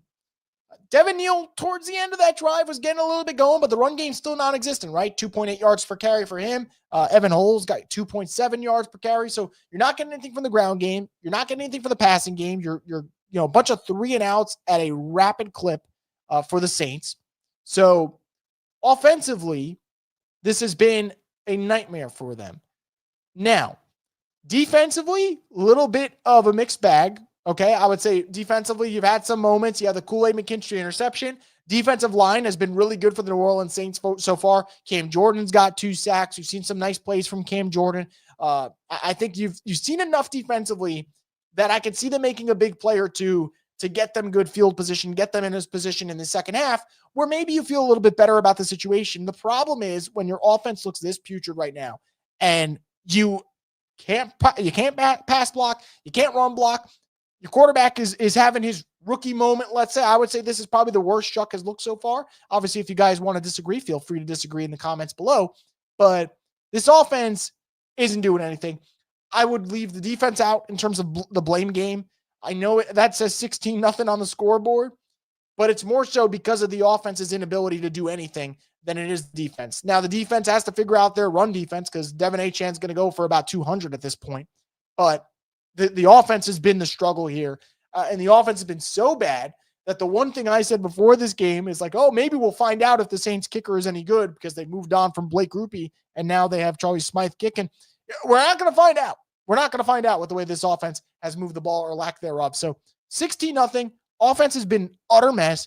Defensively, you've had flashes, but obviously the time possession is going to go up, which I think is just going to be bad news for this defense, specifically the run defense. How are they going to look against Devin Achane, who's already got about 88 yards rushing, I believe. So really, really rough time for this Saints team right now. I think this is about one of the ugliest halves of football, if not the ugliest half that they've played. So actually not. Seattle still takes the cake. All right, let's get into your comments that you guys have. We're going to start off with the super chat here from Cajun Curveball. Thank you for the support. It says, Kellen Moore didn't want to get the ball back. Use your timeouts, man. He's pissing me off. Offense is abysmal. Do said defense and making business decisions. I mean, I think those business decisions are going to become more and more prominent in the second half, right? Don't you? I think whether it's right or wrong, if the offense is not going to put up any points, this defense is not going to go out there thinking, oh, we got to get a stop. A stop for what? The offense isn't doing anything with the ball anyway. Not that I'm not supporting them making business decisions. I just think it's going to be more and more frequent over the next the next 30 minutes or so if this offense can't get the ball moving. So that's just where we're at, you know? Kellen sucks. I know he's not getting fired this year, but he needs to seriously grow his sausage and take chances on big plays. That's how we beat Carolina. Yeah, I mean, I also think they beat Carolina because the defense was great, and I think offensively, Chuck made enough off-script plays that worked. I think that's been my big knock on Kellen Moore, and I get it. The personnel hasn't been great, but what does he do week to week where you know that's what you're going to get from him, and it's going to be good? Not a whole lot. So to me, that's been frustrating. Eddie says, I need to play more Spencer because at least he makes plays and touchdowns. Just had no chance to succeed with the horrible circumstances he was playing in. I look, no disrespect, Eddie. At this point, the Saints have to play Tyler Shuck, and it has to be sink or swim time. Rattler is not part of the long-term process of the New Orleans Saints in terms of being the starter. So let Shuck play. If he keeps committing turnovers, you're going to get your answer about him not being able to play. And then you go draft your next guy eventually. Would you give Olave the Marcus Williams treatment and tag him and then let him walk? I don't know. I think it all depends on what his market is. I think Olave is a good player, though. He's been fine today. He's been open. Offensive passing game's just been a mess. Trey says, I've never struggled to stay awake during a Saints game before, but here we are. I don't really blame you. David says, where is Vele? Again, nowhere to be found. Nowhere to be found. I mean, traded 2 picks for him. Just a mess. Cajun Curveball says, does Kellen Moore know he can't take his timeouts home? They don't roll over like PTO, jackass. Funny. Lance and Kellen Moore showing no onions. I think that's been a common theme with him. And I don't get it, right? I think being a bad team, the one luxury you have of being a bad team is you can be a little bit more aggressive with your fourth down decisions and things like that, and it'll be fine. Like, us Saints fans are not going to get mad at Kellen Moore for being aggressive. We're not at all. We'll probably commend him. And yet, that's not how he rolls. It's not how he rolls at all. He is a very, all right, take what the defense gives you. If we got to punt it, we'll punt it away. That's just who he is. Rosenfield 10 said, I haven't seen offensive non-production nonsense since Carl Smith in the 80s, but at least they had running backs and offensive line and an inexperienced quarterback. Saints can't even evaluate Charlie. This is very bad. You can't evaluate anything right now. This run game just makes me want the Saints to draft Jeremiah Love. If the Saints had good guard play, I would aggravate. I would advocate for them to draft Jeremiah Love. The guy is special. And I do think we're living in a different NFL now. I think a couple of years ago, people would be like, you can't draft in the first round running backs anymore. And then you'll watch the Detroit Lions. You watch Jahmyr Gibbs play, and you're like, oh, maybe you can. Maybe you can. So, look, I don't think the Saints are going to be in position to draft him because I think the Saints are going to be picking top 3. And I think Jeremiah Love in that sweet spot is in the 10 to 12 range. But I don't think anyone outside of, I don't know, I mean, thinking like maybe the Lions, maybe the Falcons, like every other team, if you want like a young running back who can be the guy that carries your offense, you'd be stupid not to take Jeremiah Love if you're in position to take him. Saints won't, though, in terms of needing other options. I think, offensively, though, they do need playmakers. So I'll advocate for that. Everybody on Kiffin Watch, Chris, only reason numbers are down. I mean, look, this Kiffin Watch has been insane. I remember yesterday for work, I was waiting. I had my pre-write ready to go about him leaving for LSU. And, I thought this was about 3 in the afternoon yesterday.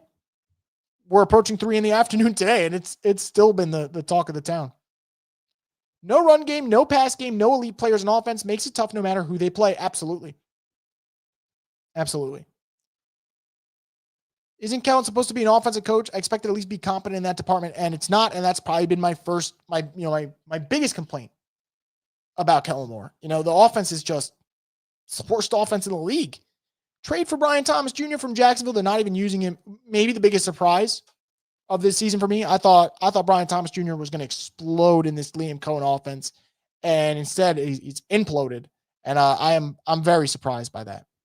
It's wild how the offense continues to get worse, continue to head in the wrong direction. It is definitely heading in the wrong direction. And I don't understand, as a staff, this was, out of the bye week, they looked abysmal. Then out of the bye week, you have a bad loss. You think that you'd bounce back from it. Instead, you end up just looking like a train wreck. So not great, man. Not great. St. John Butler saying, I'm so happy for Rashid Shaheed right now. The funny thing is, I'm sure Rashid Shaheed, and this is not me calling Rashid Shaheed selfish or anything. Rashid Shaheed is an awesome dude. I have nothing but good things to say about Rashid Shaheed. I'm sure he's like enjoying the wins, but also thinking, man, can I get the ball a little bit? He's got 30 receiving yards in 3 games with the Seahawks. It's a little bit of surprise. Saints AK41 says Falcons, Bijan first round, another running back who I think, you play him. You don't worry about what he does. I mean, obviously, I'd say Falcons probably should use him more. I don't think they use him enough. Jeffrey says Saints need playmakers. Doesn't matter where the pick is. Wide receiver, running back, tight end. Ooh, I almost fell off my chair. Jesus Christ. Quarterback. Yeah, they need everything. See what the Saints are doing to me, guys. I almost fell off my chair and knocked myself out. Yeah, I would say wide receiver, tight end, running back, you need 2 of them. Quarterback, obviously, you're going to probably need 1. But I think that's the deficit that you're at. And we said this when Rattler was starting, and we get to say this with Chuck as well. Like, look what they're throwing to. Like, take Olave out, because Olave is legit. Who the hell are they throwing to where you're like, yep, teams would love to take that guy. They would take him every day of the week. Like, no, I don't think that's going to happen. So, that's just where we're at. How do we get worse after the Panthers game? I don't know. Timothy says he needs to play Simpkins over Ruiz. I mean, I would just love for them to get Ruiz the heck out of here. Totally agree with you. Y'all have been in denial about Kellen. He hasn't called a single good game this year. I mean, no disrespect, man. Who's advocating for Kellen right now, though? I think I could be wrong. I feel like everyone's saying the same thing. It's like, oh, he's been terrible. Maybe I'm wrong. But I just don't think anyone's advocating for him right now. Who are the free agent quarterbacks? Not the type that you're getting excited about in terms of signing. I mean, it's Daniel Jones. It's Marcus Mariota. It's Aaron Rodgers. It's Russell Wilson. There's no good quarterback options in free agency, in my opinion. There's none. So that's just where I'm at. In a Yoda voice, begun the Fernando Mendoza #1 overall the Saints talk as. I mean, it's going to get louder if Chuck continues to look like this. There's no question about it. Is that going to save the Saints, though? I don't know. I really don't know. We better not draft a quarterback first. This quarterback class won't help us. I'm not going to make any predictions yet. I will say that we're getting to that point where if you continue to see struggles, especially when the offense looks this bad, they might end up doing it. And I agree with you guys. I don't think it's going to solve everything, but it's going to happen. I don't understand how we continue every draft for 7 years ago defense heavy and still not have one player to show for it. It's frustrating. I've said this many times. I'll continue to say it. It's just bad roster construction from New Orleans. Like really, really bad roster construction. Do you like Mendoza over Ty Simpson? I think I do, but not by much. I like both of them a lot. I really like Dante Moore from Oregon a lot. But we'll see what happens. If we go another draft neglecting the offense, I want everyone gone. I mean, touche, and you're right, but we know damn well that's not happening. Like, that's the biggest problem with the Saints is there's no discipline. There's no consequences to their negative actions. It's like, hey, we made a bad pick. It's fine. Mickey still got his job. Everyone around Mickey still got their job. Saints are talking about construction and renovations and where they're going to go for mini camp. Can we get a good team first? Can we assemble a roster that makes it worth people's time to watch on Sundays?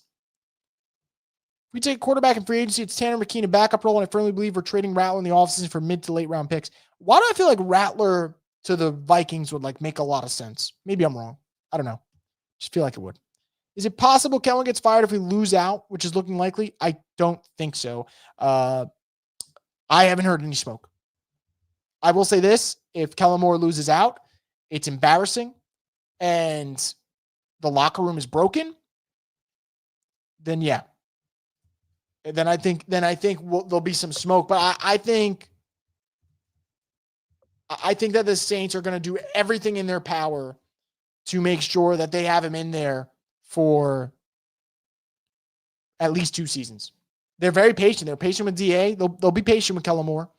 But it would need to be lose out. It would need to be locker rooms imploded. And even then, I don't know. I think for some reason they would give him another shot. So we'll see what happens.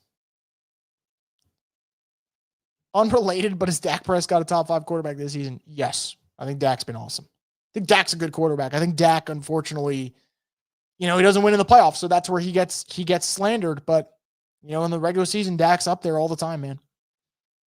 Rattler isn't getting 5 next season team results. Oh, we're talking about Moore? Yeah, I know you put Rattler, but you mean Kellen. Yeah, if Kellen has another bad year, it's probably going to be it for him. What does Kellen do well? Stare at his play sheet. Other than that, I probably can't tell you because I don't know. Really don't know. We need to be super aggressive in free agency. I think that is the gateway to really, really messing up this team. You could look for talent. Obviously they need to add talent in free agency, but I don't think you want to be over aggressive and sign some players to contracts that in 2-3 years from now we're like, why the heck did they do that? And I think 2027, Saints AK41 says here, that's the year you're out of it. And you're in that you're out of the tunnel. You're still in a bad spot, but financially you're not in a bad spot. That'd be the year. So I don't know if you want to really push the envelope too much in 2026. But they need talent. There's no question about it. Second half is officially underway, guys. We're going to start off with the offense here. And then we'll take a quick break here after this drive. But going to start off with a Devin Neal run. He is going to gain about 5 yards, 6 yards, and not a bad first down play to start the second half for the Saints. Got to figure out something here, whether it's Devin Neal in the ground game, whether it is getting something going with Shuck. Let me feel like when this game ends, let me feel like the Saints got something cooking,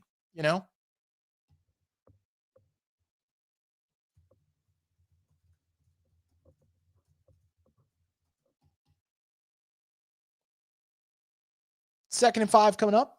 Another run, Devin Neal, going another pitch play. He is going to fall forward near the first down marker. I think they're going to mark him short, so 3rd and 1 upcoming for the New Orleans Saints. But, all right, at least this is something here.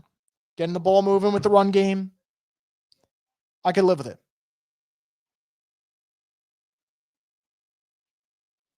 And, man, do they need points on this drive? Any type of points. A touchdown would be lovely, but we'll see. Chris, I call bullshit. Locker room imploded with Willie Green and Gale kept retaining him. Yeah, no, that's why, Alan, I said, even then, I don't know if it's enough. I think that those would be the steps. But I don't even know it's going to be enough because, to your point, Alan, because you are right, when they had DA, the locker room kind of imploded after the Falcons game when they went forward with the Jamal Williams touchdown. And, there was a bunch of lecturing going on in the locker room with Mickey Loomis and the Saints and about, we're doing it this way. And if you don't want to do it this way, then you're not going to be part of the team and blah, blah, blah. DA lost the locker room and they brought him back for another season. So I do agree with you. I'm just saying those might have to be the steps. Saints are going to go with another run. So 4 straight runs to open up this drive. I think you're going to have to start airing it out here after a minimal gain on first down. Definitely like seeing Devin Neal a little bit more utilized, though. I think there's no reason not to. No reason not to get the rookie running back going, especially on this first drive. You're trying to make, life a little bit easier for your rookie quarterback. He's looking to throw, and he's going to hit his man. It's Vele for a pretty good gain. Saints are going to be moving on this drive. So into Miami territory. Nice to see Vele actually do something for once. And I think offensively, like, this is going to be it for the second half for Shuck. Like, it's kind of put up or shut up in terms of moving the football. You probably should get some soft coverages here for Miami.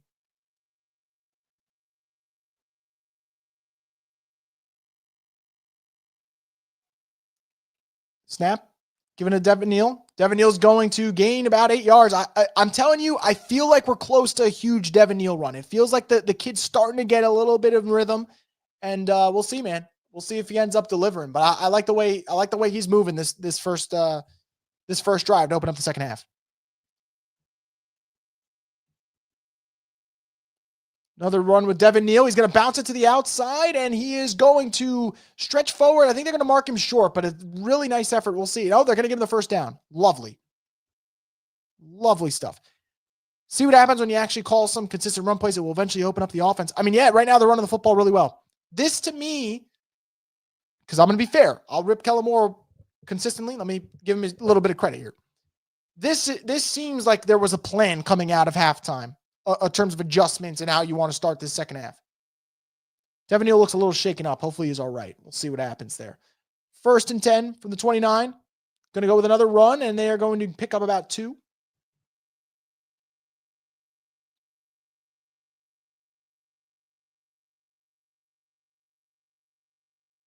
See if they can keep this drive rolling.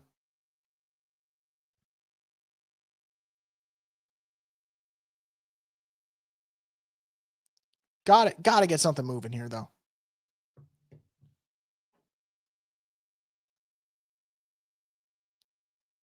Second and 8, going empty.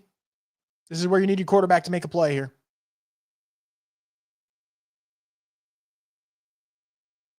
Rolling out. He might have a man deep. We'll see. He's going to take the shot, and it is going to be caught by Vele. It looks like it. I think the footwork are good. Yep, they're calling it a catch.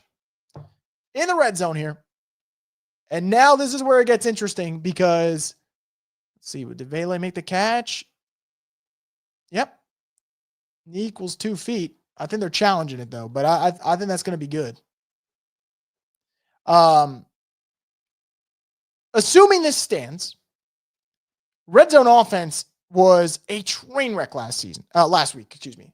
Train wreck. It was also a train wreck last season in my defense, but awful last week. We shall see if it looks any better today. Do they have another angle? You really can't tell there if it's near the white. There we go. Perfect angle. Ooh, I think that might be out. Yep, I think that's out. I think that's going to be. I think that might be overturned. We'll see. I think that's coming back. So we'll be assuming that gets called back. We'll be 3rd down for the Saints. Would have been the best catch of the season for Bailey, to be quite honest. But no, I think that's going to get. I think that's going to get taken. I think that's going to be reversed. But we'll see.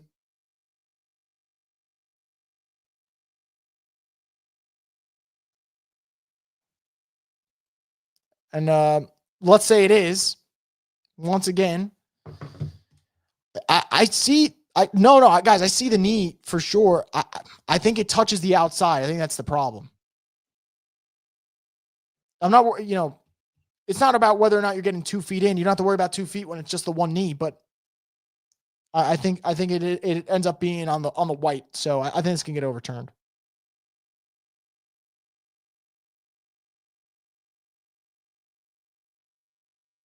We'll see, though.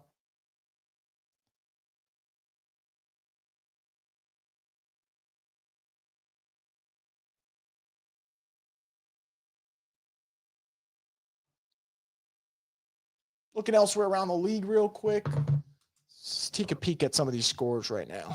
See if anything pops out. Panthers still leading over the Rams, man. I really don't even know what to make of Carolina. I don't, but That'd be a gutsy win for them if they get that. Texans with an early lead over the Colts. Titans down double digits. So my Titans, Saints being the two worst teams in the league prediction looks about spot on. Not that that's a hard prediction. Wow, Chris, they finally heard us complain about Vele and realized he could potentially be good if you throw him the ball. I don't know. I mean, I think, like to your point though, you don't know if you don't try, and they have not tried lately. So at least this drive, that's 2 targets his way. First one was a catch for first down. Second one might get overturned. We'll see what happens. And they're going to say the call stands. Wow. All right. So it's still going to be. I guess it was inconclusive. So Saints are actually going to benefit here from that, and that's awesome to see. So red zone opportunity. See the Saints can make the most of it, and immediately, what is wrong with this team? The ball was blown dead. Thank God. But let me just say something. What is Kellen Moore doing in practice? That this red zone offense is like this? I mean, I literally said red zone offense. Let's see what happens. And the ball, thank God it's a penalty, gets sent all the way back to New Orleans. Jesus Christ. It's like they get into the red zone and they just malfunction. What the hell? I mean, I know red zone offense is difficult for like every team in the league. I get that. It should not look like just out of sorts like this. 1st and 15 coming up. Let's see if the Saints can do something here. Tipped in motion.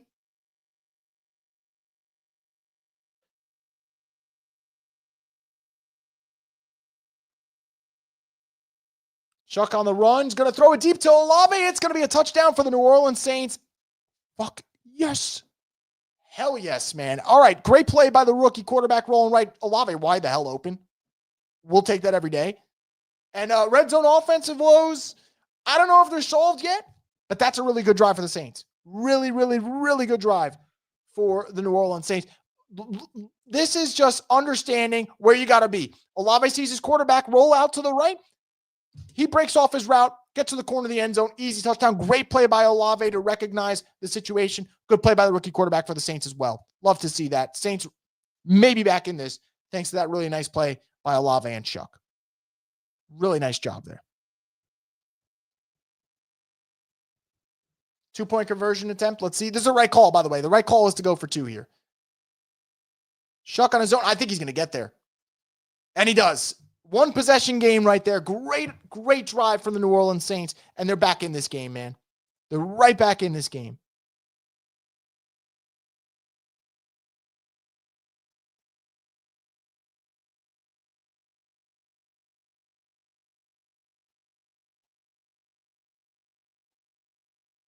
Shout out to Chris Olave before, man.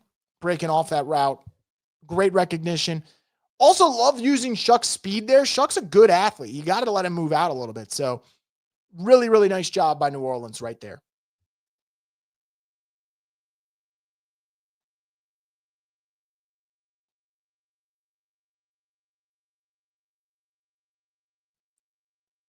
So who knows? Maybe Saints can make a little bit of a comeback here and be worth our while here. Because that's an awesome play right there by the rookie.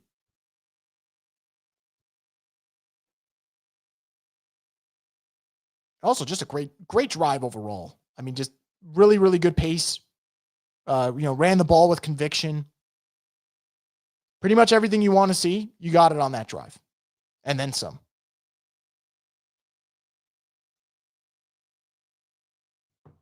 All right. Let's see how the defense plays coming out of the second half. Because I think, you get a quick stop here for the Saints defense. All of a sudden, I don't know, maybe the game opens up a little bit. I know that first half was putrid, but that really was a promising start to the second half in terms of running the football well with Devin Neal, establishing what you want to do, and then building everything off of that. And, someone mentioned it before. When you run with conviction, things open up a little bit. We definitely saw it on that drive.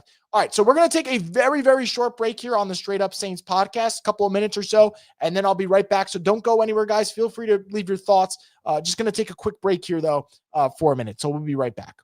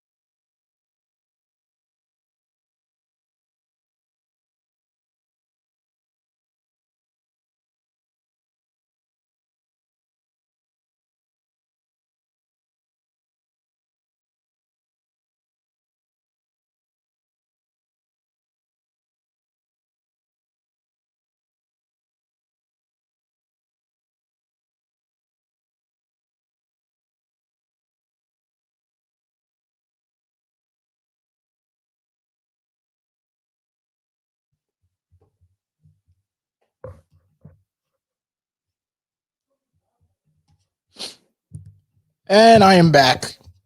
Sorry about that, guys. I just absolutely dogged 2 slices of pizza like I was Joey Chestnut.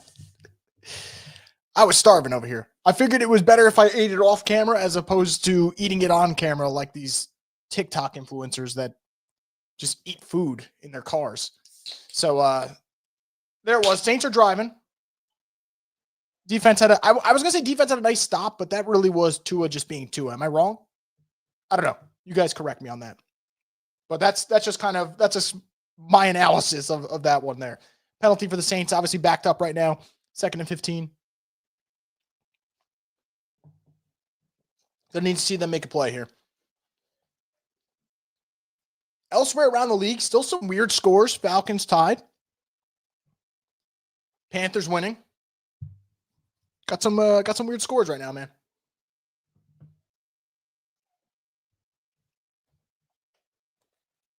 Great opportunity for New Orleans, though. If they could get some points on this one, put some pressure on the Dolphins in the fourth quarter.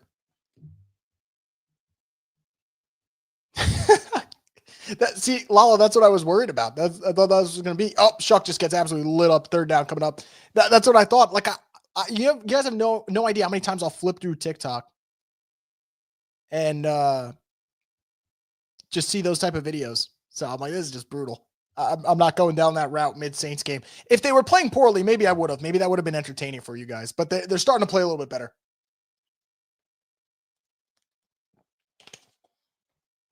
Super chat from Cajun Curveball. Playing 10 to get Kiffin right now. Yeah, I mean, thankfully this saga's over. I mean, for everyone involved, except for LSU, like they don't lose. There's nothing negative that comes out of their pursuit of Lane. You're getting a good coach, you know? Dump off here to Jawan. Probably gained about 3 yards. Just stumbles. Stumbling and bumbling there. Saints will have to punt. Have more pizza. You got the offense going. I mean, maybe I should have stayed eating pizza. I feel bad. I come right back on, and all of a sudden the offense starts moving backwards. So I'll take full responsibility for that, guys. I'll take full responsibility for that one. Do you think Lane Kiffin fucked Ole Miss over? Truthfully, I think if you get into bed with Lane Kiffin, you probably know that at some point this can happen. Now, the luxury for LSU is how many more jobs can you say are better than LSU? I would argue none. Like, that's just like where they're at. Schools like LSU, schools like Ohio State. Honestly, in today's era, schools like Oregon, because of the NIL money, you don't leave those schools. Ole Miss is a good football school, but there are levels to this. Ole Miss is a good football school where a year like this is an all-timer of a year, where LSU, when you don't win a national championship or you're not competing for the semifinals of the college football playoff, it's a bad year. So do I think he effed over Ole Miss? Yes. Am I surprised? No. But yeah, I think he did. I think that, he could have been a little bit more transparent. Roberts has finally got a punt down inside the 5. Hallelujah, man. I mean, we've been waiting for it. So definitely relieved about that. That's the punt game has been maybe one of the silent weaknesses for the New Orleans Saints that doesn't really get talked about. And I guess it's because you look around and you look at this team, they got a whole bunch of issues that you're not worrying about, the punt game. But it's pretty damn bad. It's pretty damn bad. See if the Saints defense could get anything going coming up. I think, obviously a great opportunity, as I said before, to really get, I feel like Tua might give you one. I know he had the pick before. I feel like he still might give you another. Maybe I'm just being overly optimistic about the situation. But I genuinely feel like that man is always due to throw a pick or two. Kiffin posted his announcement. All right, let's head over. Let's see what he put.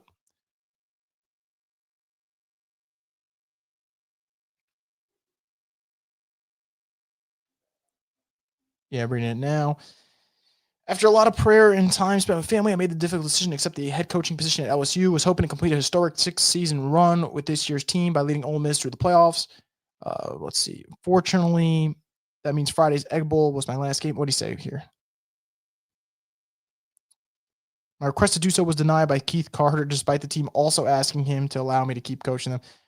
I figured, I was wondering if he was going to assign some blame there in terms of that situation. So you got to get that with the statement. Apologies, Chris, for going on a Vele rant. Just seeing what he is doing this game justifies what I've been saying all season. There is no need to apologize. Not a single one of you guys should apologize. You guys say whatever the heck you guys want. I'm going to sit here and I'm going to say, you know what? You guys are right. No, I mean, you see like a play like today, a game like today, excuse me, the way he's played, you want to see a guy like that get more usage. It's frustrating that he's not. So I don't think there's anything wrong with that. I really don't. I don't think there's anything wrong. I don't think there's anything wrong with what you said. Put it that way.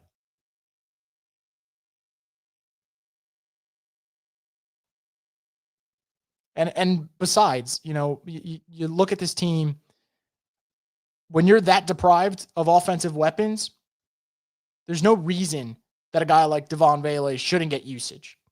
I'd get it. Some teams are in a position where they don't have that talent.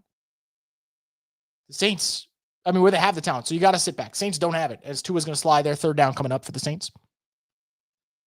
I'd love a punt here. Get yourself in position where you get this offense back on the field immediately and then feel pretty good about them. That's what I'm hoping for.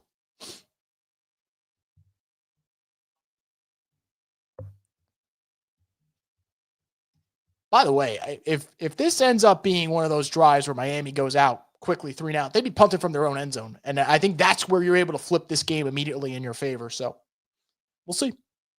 It's still a whole lot of time left. Obviously, 3:24 in the third. Tua's going to look left. I think he wanted Waller. He's now going to step up. He's going to throw it to Dulcich. He's going to gain a huge chunk of yards down to the 30. Miami's 30. So obviously not what you want on third down. Defense did not do its job there. We'll get to watch the replay again here. It was Riley matched up against Dulcich and kind of just boxes him out and wins that matchup one-on-one. Good design. To get your tight end matched up against a cornerback in that spot, slant over the middle, big target. And as poorly as Tua's played at times today, he's not missing that one. And right there, Tua hits Waddle over the middle, gets to the 45. That was one of those plays where it looks like that could be one of those going the other way for New Orleans. I still feel like there's an opportunity. Presenting itself for a Tua pick. We'll see if it happens.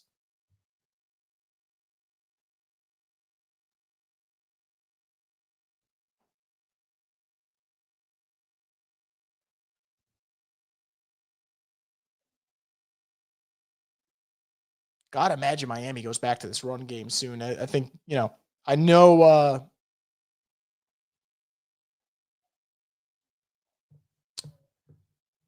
Yep, and right back to the run game. I was about to say, I know Tua made two big plays in the pass game there. Just couldn't imagine that you keep going back to that well. With the way he's played today, you feel like you're just kind of asking for trouble.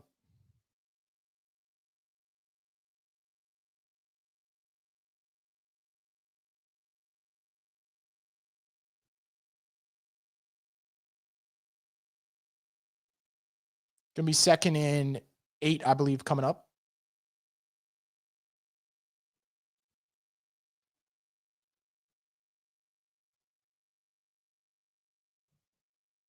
Going to be a quick hitter to Malik Washington. Wow. Look, that play ends up gaining positive yards. Probably should have been a loss. The fact that Chase Young is good enough of an athlete to kind of be in that spot with a wide receiver one-on-one is kind of nuts. Would have loved for him to finish the play there. Doesn't. Thankfully, there's enough Saints tacklers in the area to kind of shut that one down before it ends up being a first down. But he really is an exceptional athlete. Exceptional athlete.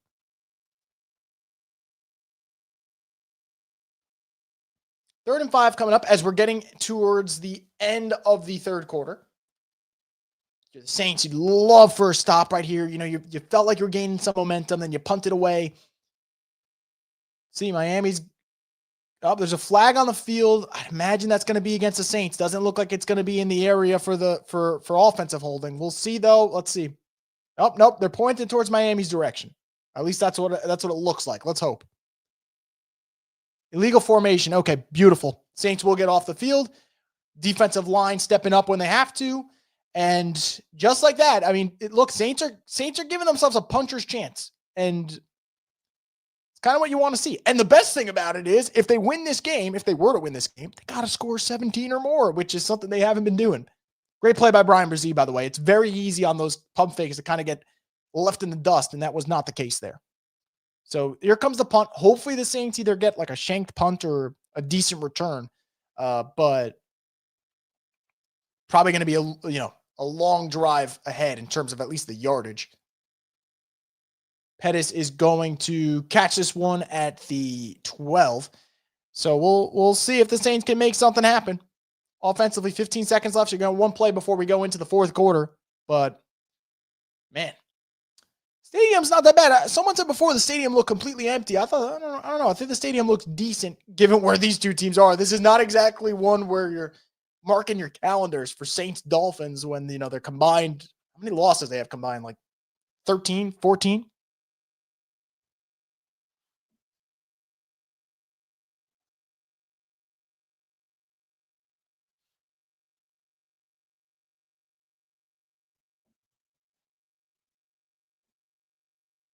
First and 10. See if they just run it to send it into the fourth quarter if they're going to come out throwing. They're going to go with a run to Devin Neal, and he's going to gain about 6 yards. So not a bad run to start this drive. It's going to go into the fourth quarter. The Saints are trailing 16-8. But, hey, one possession game. You're a touchdown and 2-point conversion away from tying this thing up despite how poorly they played in the first half. So we'll see if they can do just that. Why hasn't Brzee been more productive this year? Is he in the doghouse? He's not in the doghouse. I think look, I think as well as the numbers, as well as he played last year at times, as good as the numbers look, like 7.5 sacks is insane. I almost feel like that could be a little bit of an anomaly. Like, I like Brian Brzee, but I don't know if I view him as a guy that's going to get you 7.5 sacks from the interior. He is a good pass rusher from the interior, but 7.5 sacks is a lot. Now he's at 2.5 on the season. So, he's slowly but surely getting there. But I don't know. He's definitely not in the doghouse. I just maybe think it's more so of a lack of production or consistent production from him. Kellen and Tyler have an opportunity to show us something here. They absolutely do.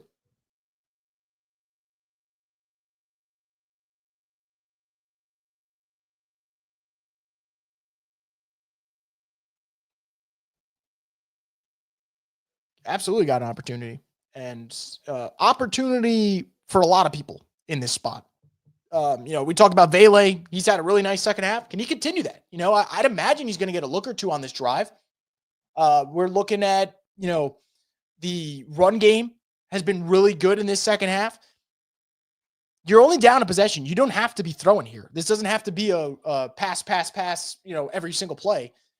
The Saints have the ability to be a little bit more aggressive, should they choose to go that route. So I like the Saints spot that they're in right now. You got a whole 15 to play with. Don't gotta get it all back in one play. And even if this drive, let's say, doesn't end in a touchdown, but you at least get 3, you're still in this. You just don't really want an empty trip here, in my opinion, especially when you start off with a run to get you 6 yards on first down. The last thing, in my opinion, that you want is to have to punt this football away quickly. I think you're in a precarious spot here to keep the chains moving and keep Miami off the field a little bit. Play a little keep away this time around. Look at elsewhere. I see Niners, Browns, 17-8 in the fourth quarter. That one's in.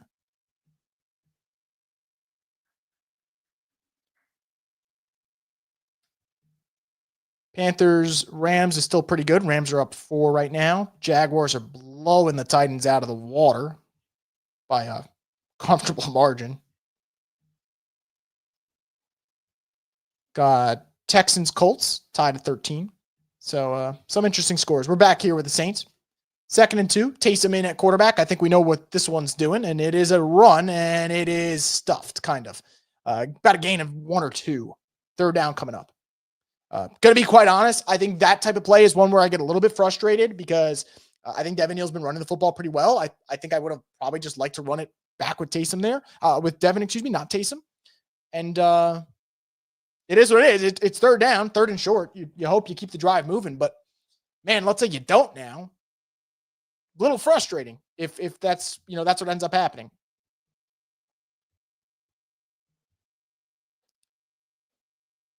Third and 2. Again, still could run it here. You don't have to throw it. The Saints will. Shuck is going to bounce outside, and he's sacked. See, like this is where I get so frustrated. 6-yard gain on first down with Devin Neal. You put Taysom in. All right, it does not work. It hasn't worked all season. It did not work there. Third down, your rookie quarterback takes a sack. And that to me is so frustrating.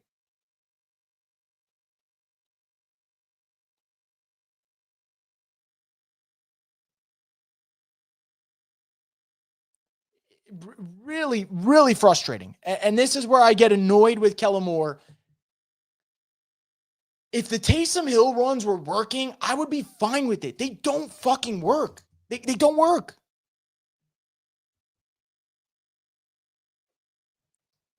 Quite frustrating, man.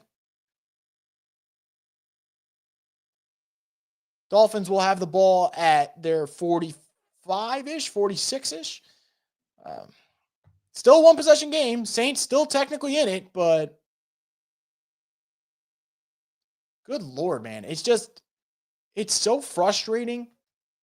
So frustrating.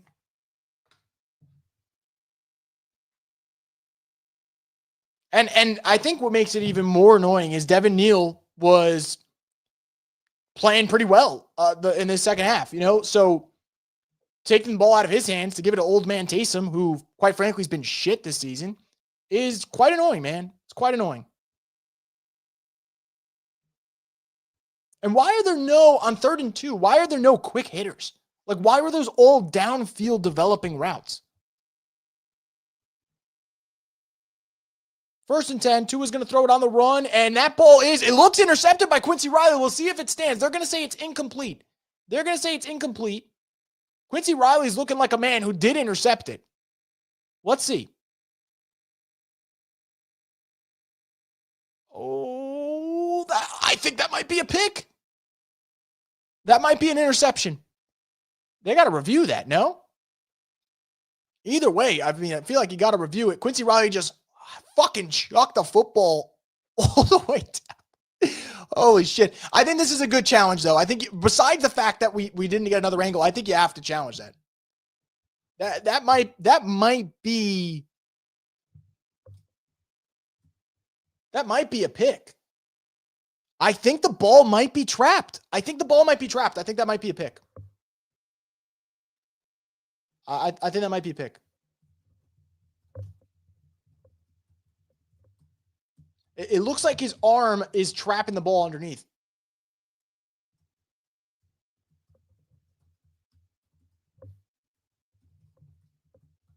I mean, I know why the official in real time is like thinking, is thinking that it's not a pick because it looks naturally like the ball's like bouncing off the turf. But to me, that looks like from this angle that they're showing right now on Fox, that looks to me like his hands are underneath the ball firmly. And I'm not naive. I know that the refs might say, the call on the field stands inconclusive because God forbid the Saints win a challenge. But that to me looks clean. That looks like an interception. And if this stands, see, this is why this stupid fucking league, I'm the schmuck that watches this dumb league. His hands are underneath the football. In no way and no angle do they show where that ball hits the turf, and yet they rule it incomplete. Now, I hope this stupid motherfucker Tua throws another fucking pick the next play, but this is just this league, it's like they don't know what inconclusive means. It very clearly looks like a pick. It wasn't inconclusive. It looked like a pick. 2nd and 10 coming up. Let's see if the Saints defense can prove that the whole ball don't lie phrase is legit. 2nd and 10. Tua's looking to throw. There's some pressure over the middle of the field. He's going to hit Waddle, though. It's going to be a first down and then some. He's going to get to the 33. So not great. Not great at all. I just don't understand how we're calling that an incomplete pass.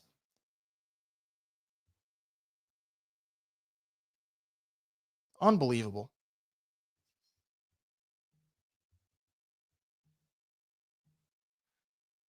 And now you find yourself in a spot where you're the Saints, and it's looking pretty dim.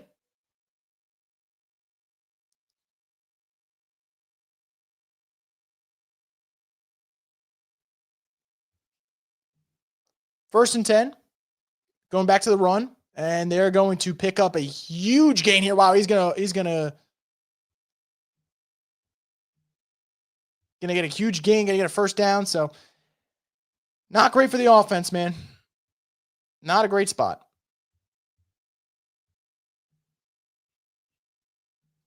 I mean, you're probably looking at at least down 11 when the Saints get the ball back here on offense.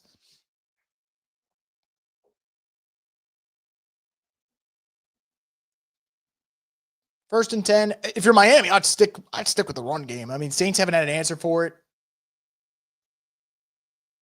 And they will stick with it. Saints still have no answer for it. And Achan's going to get down to the 11. So this is starting to get late here for the Saints. Starting to get late.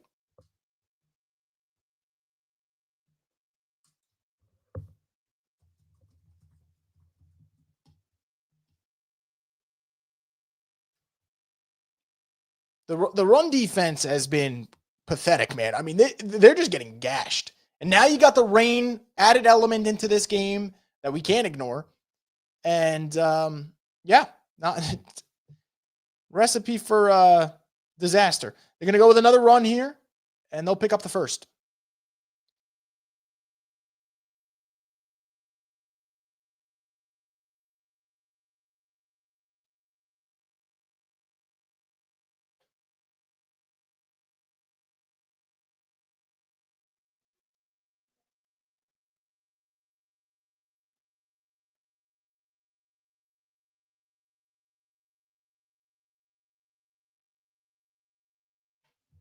Stop spending first round picks on O-line. Leroy says, super chat, thank you for support. It hasn't really worked. Trevor Penning's an example. All day for Tua to throw. He is going to hit Waller. He is out of bounds, though. So if anyone had any time touchdown on Waller, I'm sure you're pretty annoyed by his footwork on that one.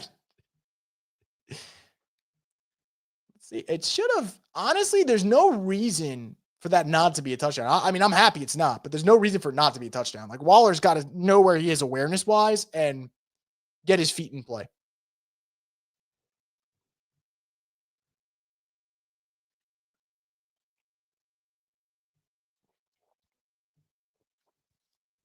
Second and 10.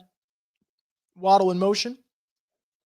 Tua is going to roll left, look to throw, and he's going to dirt that ball. Third and 10 coming up. Even though this game still feels like it's out of reach, holding to a field goal here would be huge. It at least makes everything a little bit more manageable offensively, as opposed to if they give up a touchdown here.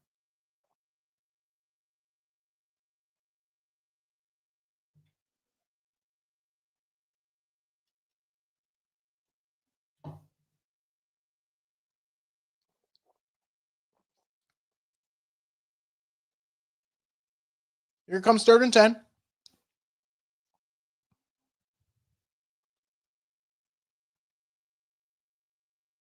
Tua's looking right. There's pressure from Chase Young, and Chase Young's going to get the sack. So the Saints are going to have the whole bend but don't break kind of mantra here in Miami today. Chase Young really is such a great player.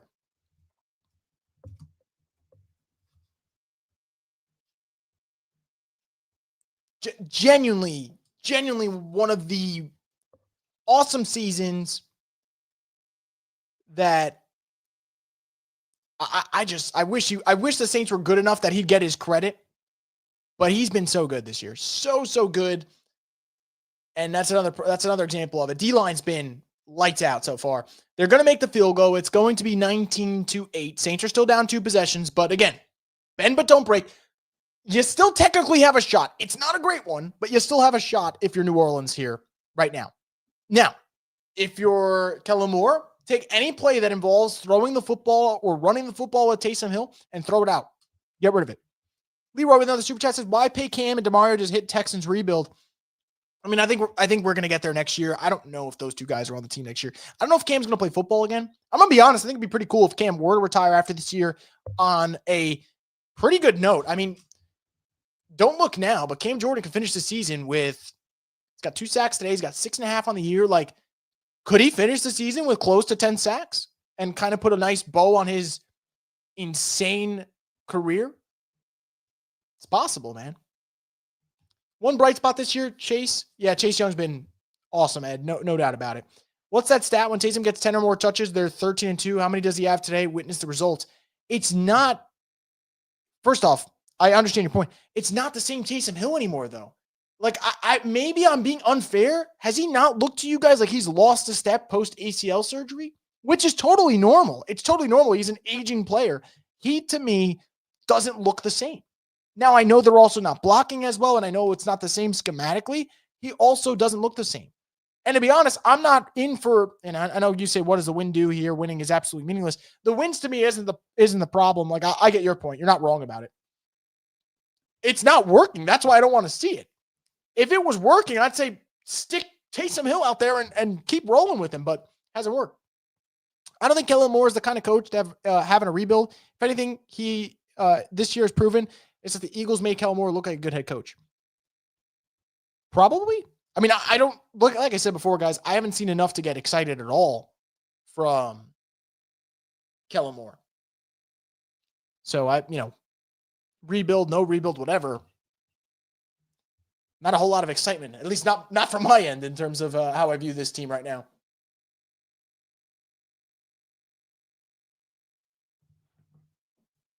Trying to get a peek at that Texans-Colts game. Saw it on Red Zone. Texans up 7 in that one.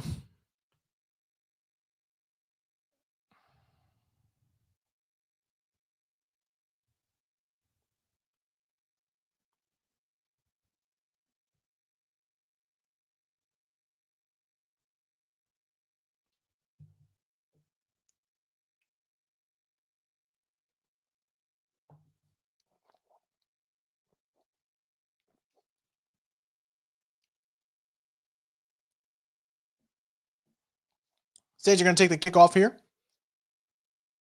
Thing bounced right up to Tipton.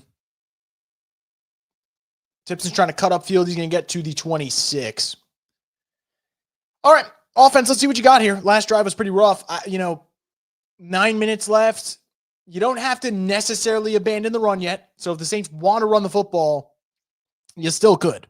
But I think how patient you'll be with the run has to change. I don't think you could be as patient anymore, which is a little bit of a shame,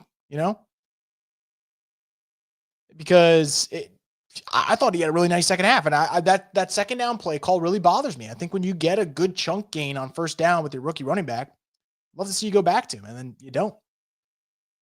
Saints are going to play action. Chuck's rolling out, and he's going to hit Jawan for about a 6 or 7 yard gain. No, I'm not going to do whatever those people do on TikTok with that. With that stupid trend. Wait, they benched Shador. He got injured. I think they're saying it's I don't know what type of injury they're saying, but he's injured. I saw he went for a slide. It looked kind of awkward. I don't know if that's where he got hurt. Second down run, and they're going to get the first there. And, oh, my God, he got pinned. Offensive lineman kind of got rolled up on. Hopefully he's all right.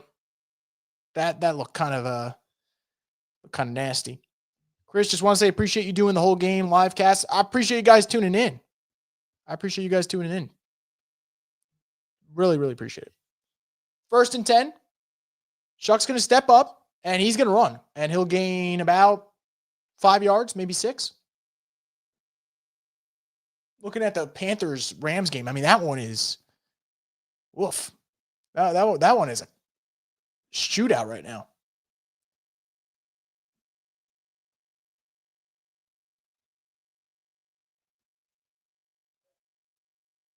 2nd and 4. Chuck takes a snap, and it is going to get swatted away. He was looking for Olave over the middle of the field. 3rd and 4. And quite frankly, this isn't just 3rd and 4. I think this is 3rd and 4. If you don't get it, you have to go for it on 4th down. In my opinion, you got 8 minutes left. You're down 11. You know, it's got to happen. Also wonder what's going on with Devin Neal. We haven't seen him in yet. Maybe we'll see him in on this 3rd down, but haven't seen him yet. And now he's in. So he wasn't in the last 2. Probably getting in here, pass blocking. Got to imagine you're throwing here. You want to have something quick, in my opinion. Something that he could get to. It looks like he's going to Jawan, and he will get the 1st down. Got to keep it moving. I would like to see a little bit more urgency from the Saints here. You're not exactly time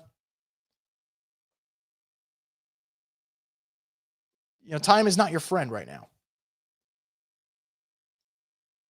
Under 8 minutes to go. Shuck takes a snap. Going to dump it off. There goes Mason Tipton. Tipton is going to pick up about 10 or 11 yards. Nice run after the catch from Mason Tipton.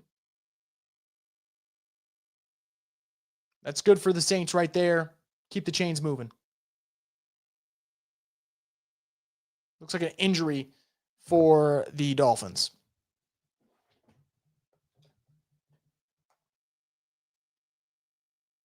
7.5 to go.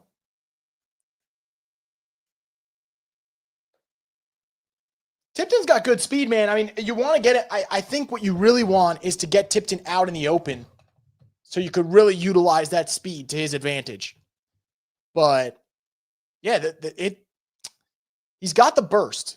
Unfortunately, today, it's been all kind of like dump-offs and, make something out of nothing for him.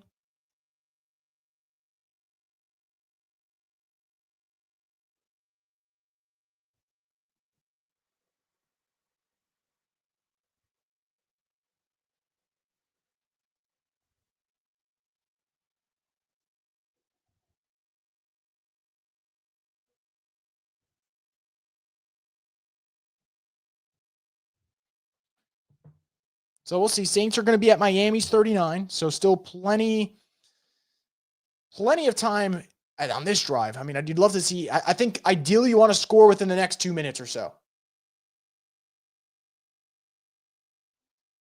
I think the Rams just turned it over. Panthers are a couple 1st downs away from stealing that game.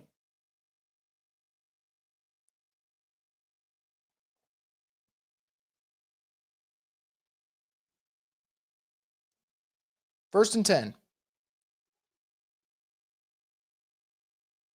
Shuck's going to roll to his left. He's going to throw this one out of bounds. It was in the direction of Tipton. Play it safe. Throw it away. You live with it.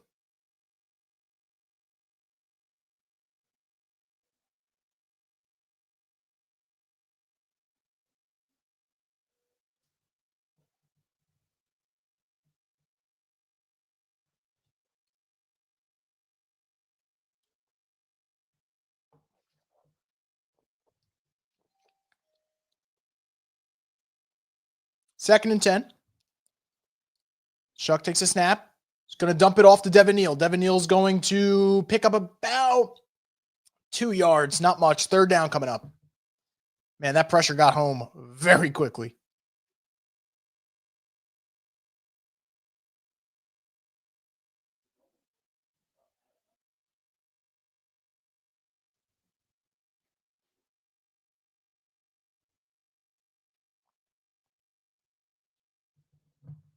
Third and 8. I'd imagine this is 4 down territory. Are you really going to? I know it's 11-point game, and technically a field goal here does you some good, but it'd be a 56-yarder. I don't know if that's what you want your kicker's first attempt to be a 56-yarder. Dolphins going to blitz. Shuck's looking left. He throws it. Wide receiver slips, and that might have been the difference on that throw. 4th down coming up. And they're going to attempt the field goal. And let me just say something. If this kick misses, I think Kellen Moore has just got to get slapped in the fucking face. It might be good. The idea of sending your kicker hit his first attempt of the day to be a 55-yarder is wild. And it might be good. And if that's the case, that's an awesome thing for Charlie Smythe. But if it's not, then what? We'll see. Here's the kick from Smythe. It's up. Does he have like a steel boat too? Steel toe boot? I mean, what the fuck? That thing was right down the middle. Saints still down a touchdown and a 2-point conversion. But in terms of confidence from your kicker, that is a gutsy effort from him. And I still think that's a risky call, given that your kicker hasn't attempted a thing all day. But that's a hell of a kick from your guy in a spot that probably not easy.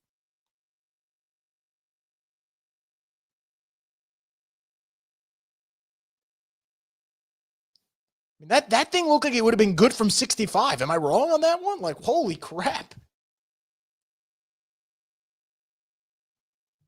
And maybe that'll be a confidence boost for your kicker in future games. You never know. But that is a pretty cool moment. From freaking 55 yards. And like I said, that looked like it could have been good from 65. That's insane. Ed says he killed it. Robert says, dude has a hell of a leg. He does. Saints AK41 says it's good. All right, Charlie. That looked good from over 60. It did. I mean, that thing was, it still hit the net up high, Saints AK41 pointed out, but it did. Like, that's nuts.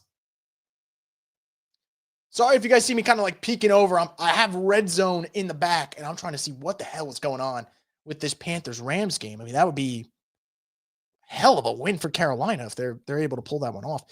Leroy with a super chat says, if I was Kamara, I would have wanted out. I mean, yeah, I think him in Buffalo would have been pretty cool. Him in Kansas City would have been pretty cool. Probably anywhere but where he's at, to be quite honest. Congratulations, Charlie. Yeah, what a moment for him, right? Your first kick. Wow, who'd have guessed switching up your kicker halfway through the season means you'll look more competitive? Wow, this front office really took a while to do that. Yeah. What stinks is, I think would be the most Saints result is they get a stop. They get the ball back. They score a touchdown, but they don't get the 2-point conversion. That would be the most Saints thing ever for this team. And who knows? Maybe that's where we're going.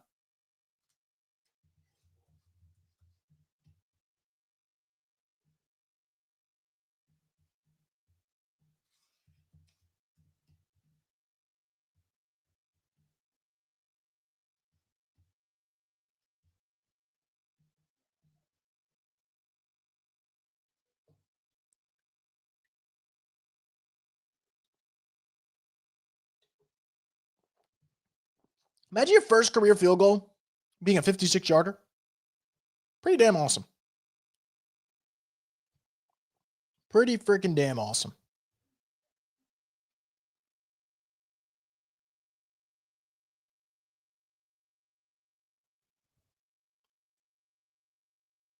And man, wouldn't it have been fantastic?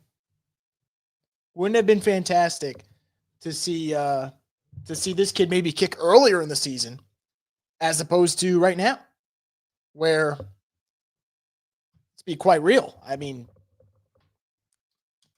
yeah, that was an awesome moment for him. We don't know if it's going to mean much in the long run, depending on what happens with the Saints defense and if they get a stop. Whereas, let's say last week, man, those field goals could have been important.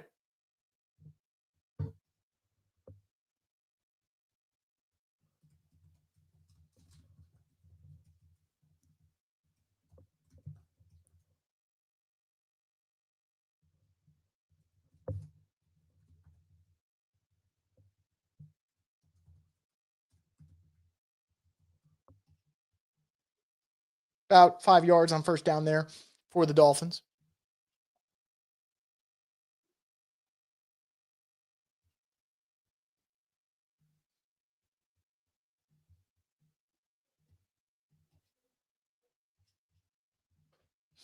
Second and 4 coming up. Panthers about to beat the Rams. Yeah, I mean, how about the NFL, right? Panthers play Niners on Monday night, look like crap, played really poorly offensively. And then today, that was a complete performance. I mean, defense forcing some takeaways, some big-time throws from Bryce Young. Ted McMillan balled out. Second and 4 coming up. Going to be a toss to Achane, and he's going to get the first down. Here's the problem, right? This is where the Saints find themselves in a bind. They need to get a stop. They want to keep this game going. I'm stating the obvious, of course. I don't think this run defense has a stop in them. So this is where it's going to get tough. I mean, look at Achane right now. He's 21 carries for 131 yards on the ground. That's pretty damn good. He's at over 6 a pop right now. That's you're going to win when your starting running back is giving you 6 yards a carry.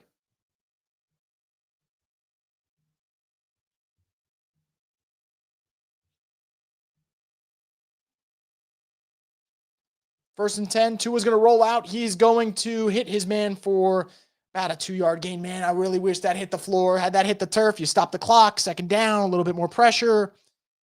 Now clock's still rolling. So if you're Miami, not great, but you're taking that every day of the week. I mean, you'll gladly take that.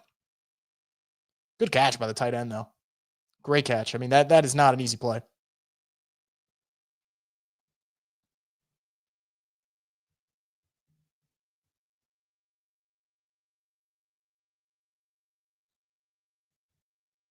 Second and 7. Defensive line's got to be the one to make a play here. Either that or DeMario. I mean, you need someone in that front level to make a play. And all right, third down coming up. Clock still rolling. So it's going to be about 3:10 when they get this snap off. And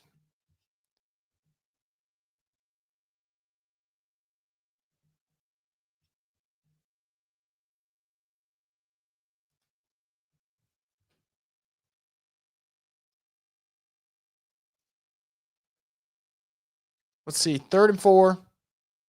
I gotta imagine. I gotta imagine you're throwing here. You got nothing to lose if you're Miami. Gotta watch them. They give you a lot of traffic over the middle of the field, and usually that results in Waddle making a play. Chase Young got a pretty good get off. Tua's gonna run though for the first down. He slid. We'll see where they mark him. I think they're gonna mark him for a first down, but we'll see. I didn't see where the marker is, and I don't have the commentary on, but I think Tua's got to dive head first. I mean, they might give it to him anyway, but maybe dive head first to ensure the first down. We'll see where he started his slide. Ooh, he started it short. It should be 4th down. I mean, yeah, he started that slide about a yard short. Yeah, for sure. I think this has to be 4th down. I mean, obviously, if you're Miami, you just go for it. You know, you're not really worried about your record here. You're 4 and 7.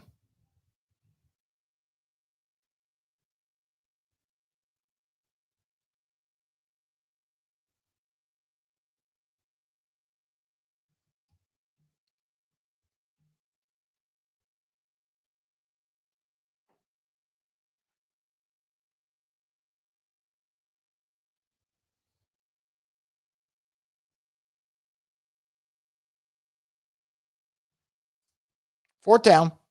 Miami lined up to go for it.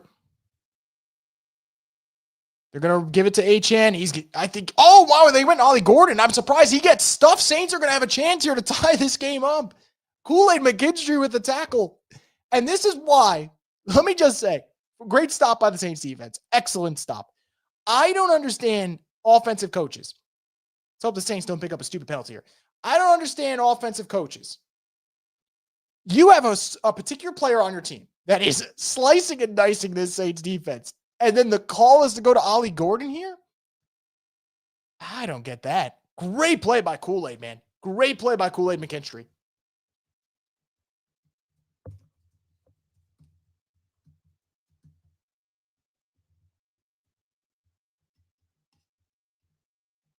So Saints are alive, that's for sure. I mean, we'll see if the offense can get a touchdown and a 2-point conversion to really make this feel better than where it's at. But that is an awesome, awesome play by the second-year cornerback, who, by the way, we talked about the highs and the lows of Kool-Aid McKinstry. Today has been one of the highs, and that's why I don't bail on a player like that when the upside is this great. I mean, you got a big-time interception. You got a big-time tackle from him today. done it all. 1st and 10 for Shuck. He's got time. He's going to roll out. And he's going to throw this one away. 2nd down coming up.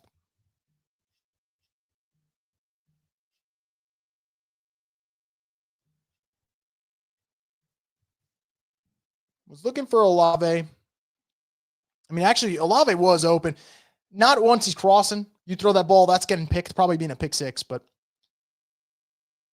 problem is that hasn't had a ton of clean pockets today. Even in that one, that pocket actually looked clean. I wonder if he's feeling the pressure where he feels the need to bounce out a little early. You don't want to bail. 2nd and 10.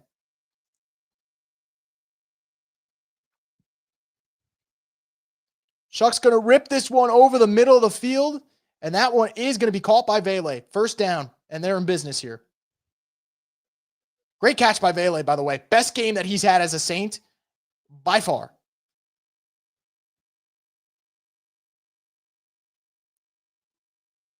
Shuck pump fakes. He's rolling right, throwing on the run. He's going to hit Vele again. I think that's going to be incomplete. Well, that's one thing Vele is going to have to work on. We've noticed so far this game, footwork's been bad. That said, I think that's going to be a hold on the Saints, and now it's probably going to be 1st and 20. So they're going to have a lot of work to do. A lot of work to do. All that good you had on the 2 plays earlier goes away right there. So 1st and 20, most likely. Yep, holding.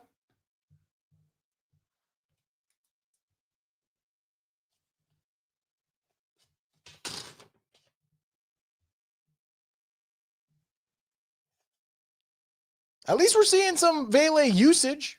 Yeah, that's a clear. The refs are going to call that every day. Don't know what he's doing there.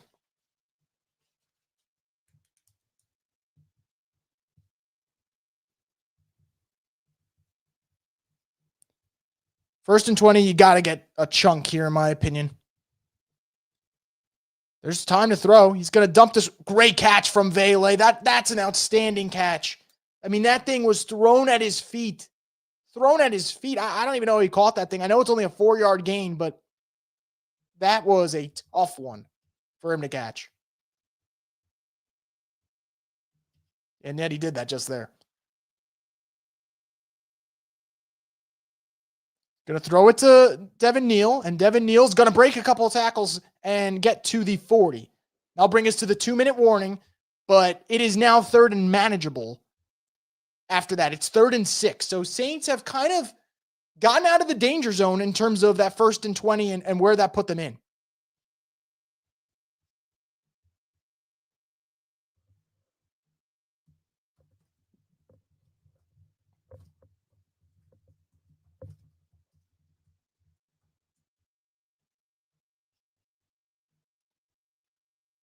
They're really trying to get Vele's worth this game. They are. They definitely are. Let me just say something, guys. As frustrating as this game has been for certain things, you might walk out of this game feeling like you got something, a little bit more usage from Vele, got some decent new usage from Devin Neal. It's not great. It's not perfect, but you're feeling like there's some pieces to that that you can walk away with feeling a little good about your team. So it's kind of just where I'm at right now with this team. Small wins here and there.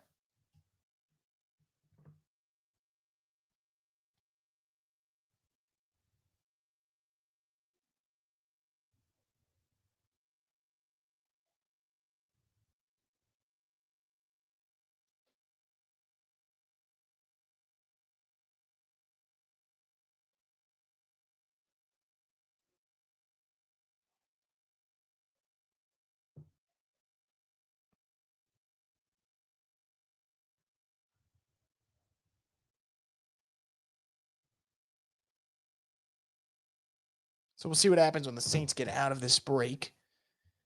See what else you guys are saying. I'd much rather watch Justin Fields or Davis Mills play quarterback than this QB room. No fucking way, man. Justin Fields is ass. I'm sorry. I'm not. I would much rather watch Shuck, Rattler, whoever the hell you want to pick, as opposed to Justin Fields, man. Justin Fields has been horrendous this year. I mean, come on. That dude has been horrendous. Look at the Jets today, man. Jets with Tyrod Taylor look infinitely better, in my opinion. And I'm not trying to hate on poor Justin Fields. It's just, I just don't see it with him.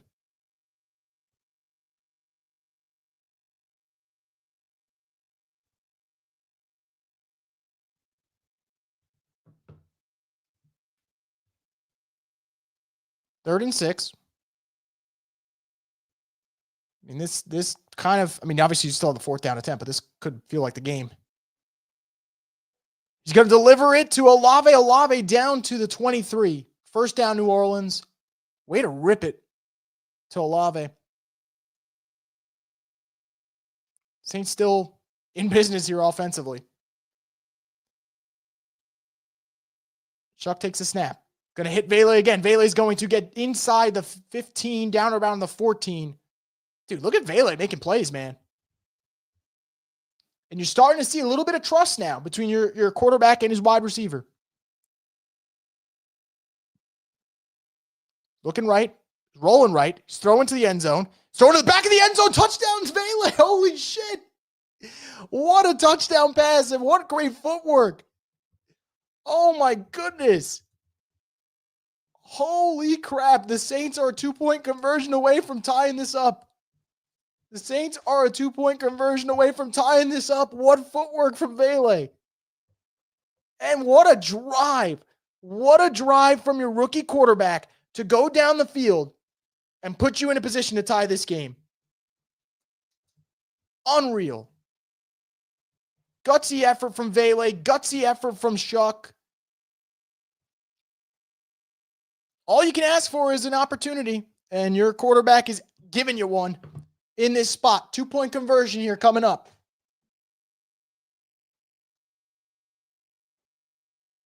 This is essentially the game. And there's a false start on the offense. Oh, my goodness.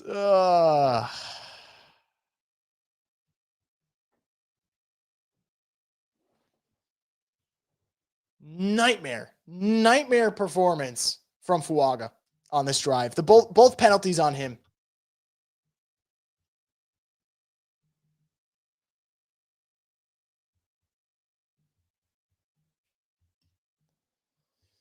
Oh, man. Incredibly frustrating. Incredibly frustrating. So now you got to do 2-point conversion from the 7. Vele in motion. Shuck takes the snap. Pressure. Throws the pressure, and it's intercepted. It's going to go the other way. This would be a pick 2, and it is going to be a pick 2. So the Saints aren't converting the 2 points. The Dolphins are, and that should just about seal it on this one. So, well.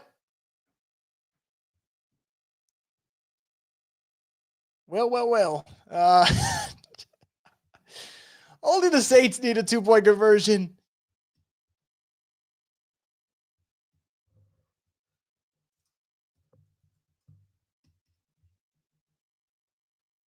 And it ends up being 2 points for the team.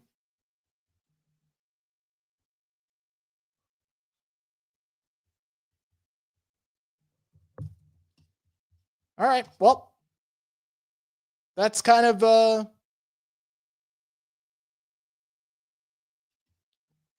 we're at, man.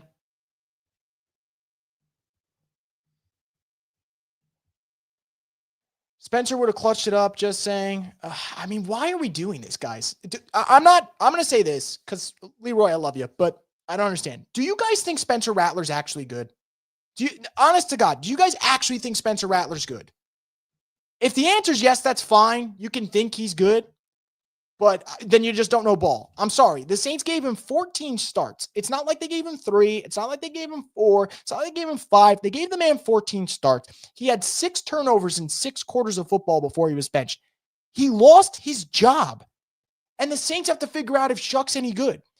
And if we're going to do this, where Shuck, by the way, just walks them down the field to score, and they're a 2-point conversion away from tying, and the first thing that you have to say is Rattler would have got the 2-point conversion, then you're not going to enjoy the games. You're not going to enjoy the games. Now, I know we're not enjoying them much anyway because the Saints stink. And it doesn't matter what happens to the song. They have to recover this onside kick, even if they don't get it. And with the timeout, they only got one. It's not good enough. But guys, like, if it's a joke, all right. If it's not a joke, you're not going to enjoy the games. Rattler's not coming in unless Shuck gets hurt. And if that happens, guess what, guys? They're still going to score only 17 points. It's going to be the same thing. I mean, good God.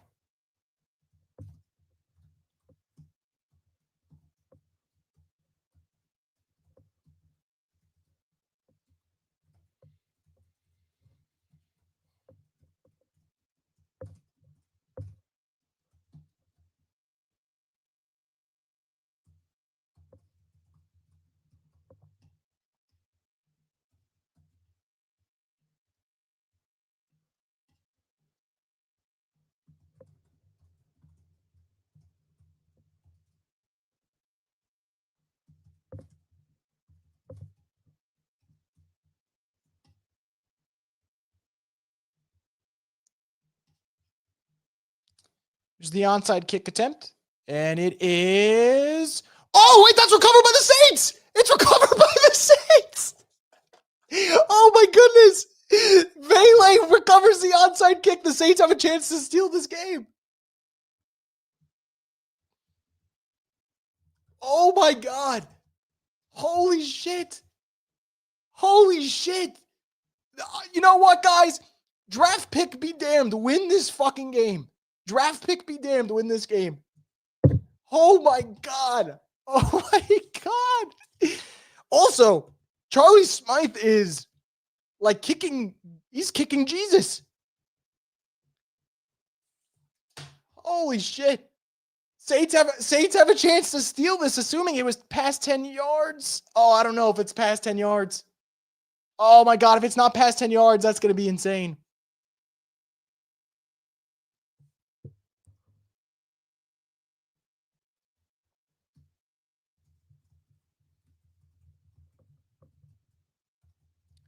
Oh, my God.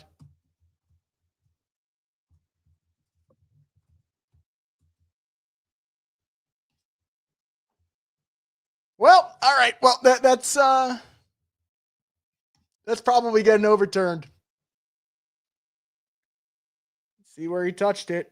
And it's so close. Like, I think they're going to say that it's short.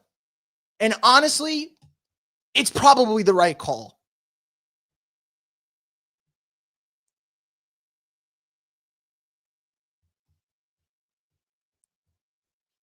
You know, like it's probably the right call. That said, that's still a hell of an attempt. That's still a hell of an onside kick attempt from Charlie Smythe.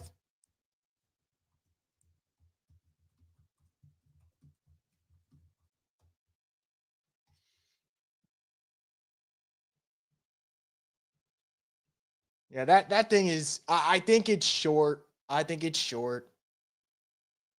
And it's so tough in the, like, they're going to overturn it. It's the right call. As a player on special teams, I don't even know, like, how you could, the Saints know it. The Saints know it. You can tell from the body language on the sideline. It's tough in that moment. You're Vele, you're running down the sideline. You're not knowing if you're at that 10-yard marker or not. You just see the ball, you're going to grab the ball, especially because it's beelining towards out of bounds. Oh, that is so tough, man. And I get it from Miami standpoint. It's like, hey, get the hell out of the way with the way that ball's rolling. Vele had more real estate technically, but it's just the way it goes. I mean, damn, that is tough. I hate to say glad we lost, but we need the draft position. We see what pieces are worth keeping and developing. Vele, Niels, Shuck on offense, and Charlie is a keeper. I think that's fair. In the grand scheme of things, in the grand scheme of things, losing this game is definitely better for draft position. I will say, though, I hope this stands. Oh, my God, it's going to stand. Oh, my God, this is insane. Are you kidding me? All right, it's going to stand. It's going to stand. All right, so what I was going to say, now I have to change my approach to everything. I have to change my approach. Give me a second, guys. All right, what I was going to say was in the grand scheme of things, this is them losing is probably good for the draft position. But like, I think there is something to be said about character if the Saints go out there right now and steal a win where they were down in 19-8 with like 6 minutes left. So I don't know. I don't know if this is going to happen. It's man, I'm all in on trying to get a win here. I can't help it. It's how I am. I don't like losing. And let's see. Maybe Shuck makes a rookie mistake. Maybe he has his rookie moment.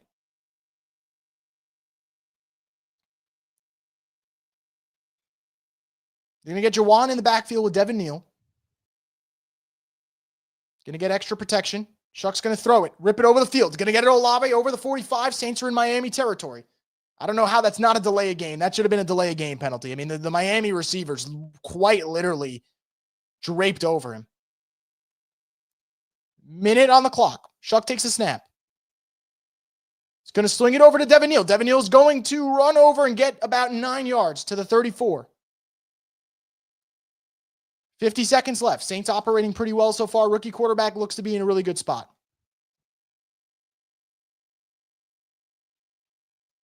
Shuck takes a snap, drops back. He's unloading. He's throwing deep. He's going to Olave. Oh my God, it hit Olave right in the hands. It hit Olave right in the hands. Oh my God, how does he not catch that? Holy shit.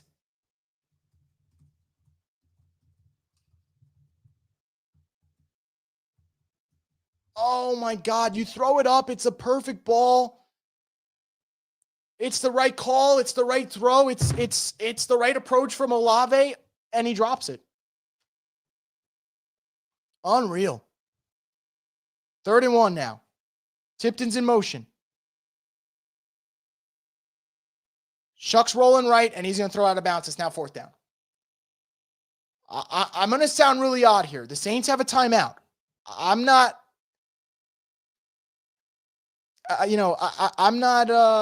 opposed to Saints just thinking, let's get the first down first and then take the timeout and we'll see what happens after that. I can't believe Chris Olave dropped that touchdown.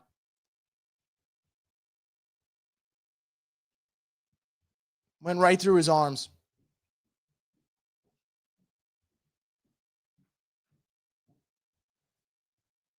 Now they're operating as if they're just going for the first down. They're going to do and they don't get it. I don't think they got it. I think that's way short. Yep. And, the Saints run a play that they haven't run all season. And that to me is just crazy. It's just crazy to run a play you haven't run all season, and then that's how you lose. And then Kellen Moore's going to look there like a dumbass. Also hard to get annoyed at Kellen Moore when your wide receiver 1 drops what would have been the game-winning touchdown. So Saints are going to lose this game, and it is heartbreak upon heartbreak upon heartbreak. I just don't like the play call. Look, the Saints have run the tush push twice this season.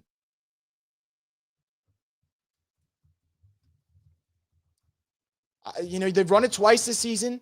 They've been flagged twice.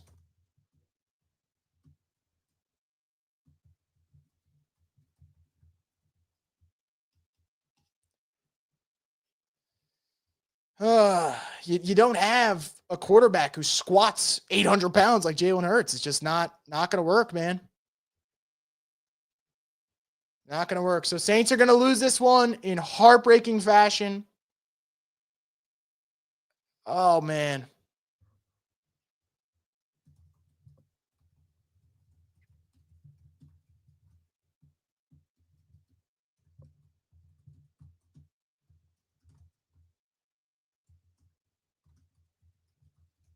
Unreal. Tough loss.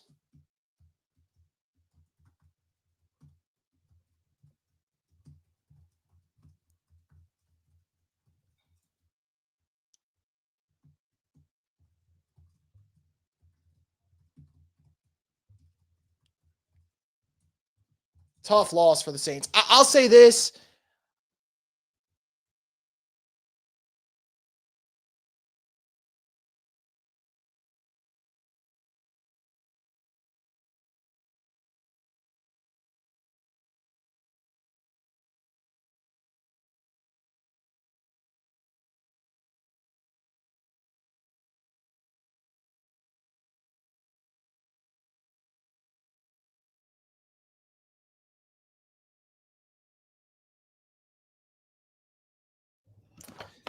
All right, trying to see. My audio kind of went out here. Let me know if you guys hear me. But this is just a tough one for the New Orleans Saints. So I'll get into it. Let's get into our post game. Let's talk about it. Saints end up losing 21-17 in a game that, quite frankly, probably shouldn't have even been in. You're down 19-8 with 6 minutes left. And yet I'm going to walk away from this game. And I truly can't believe I'm saying this. And if you guys think I'm just being a little delusional, please feel free to, talk about it. But, I look at this offense and I think I'm walking away. Tyler Shuck impressed me in that second half, like tremendously. I'm walking away thinking I saw a little bit from Devin Neal. I don't know if Devin Neal is an RB1. I don't think so at all. But do I think that Devin Neal today looked like a complimentary piece? Yeah, I think I do. I walked away today thinking that Devon Vele is an actual good receiver. I haven't felt that way the entire season. I've been thinking, man, what a waste of picks. It might still be a waste of picks.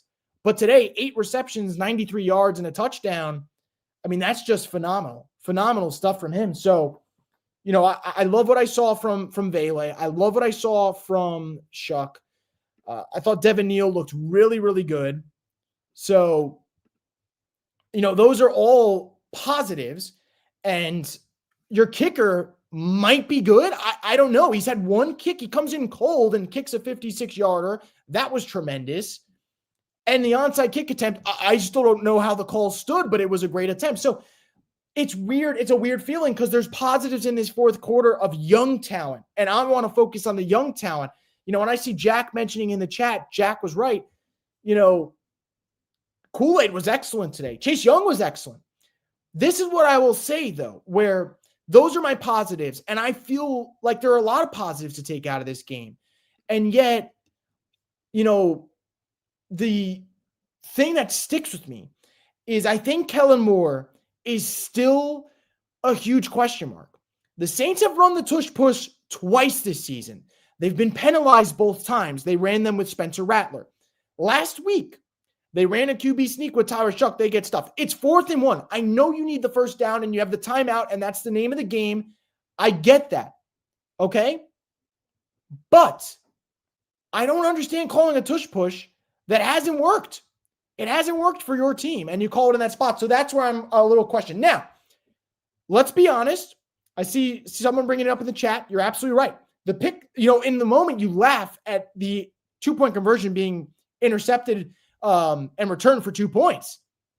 But losing on that, losing that 2-point conversion low-key could have been the game, because had that not happened, you're in Charlie Smythe range for a game-winning field goal. And who knows? Maybe he hits that kick and it's a great moment for the Saints, and instead it's another heartbreaking loss. So no, I'm not going to, I know I just raved about what Shuck did in the fourth quarter. He's not perfect.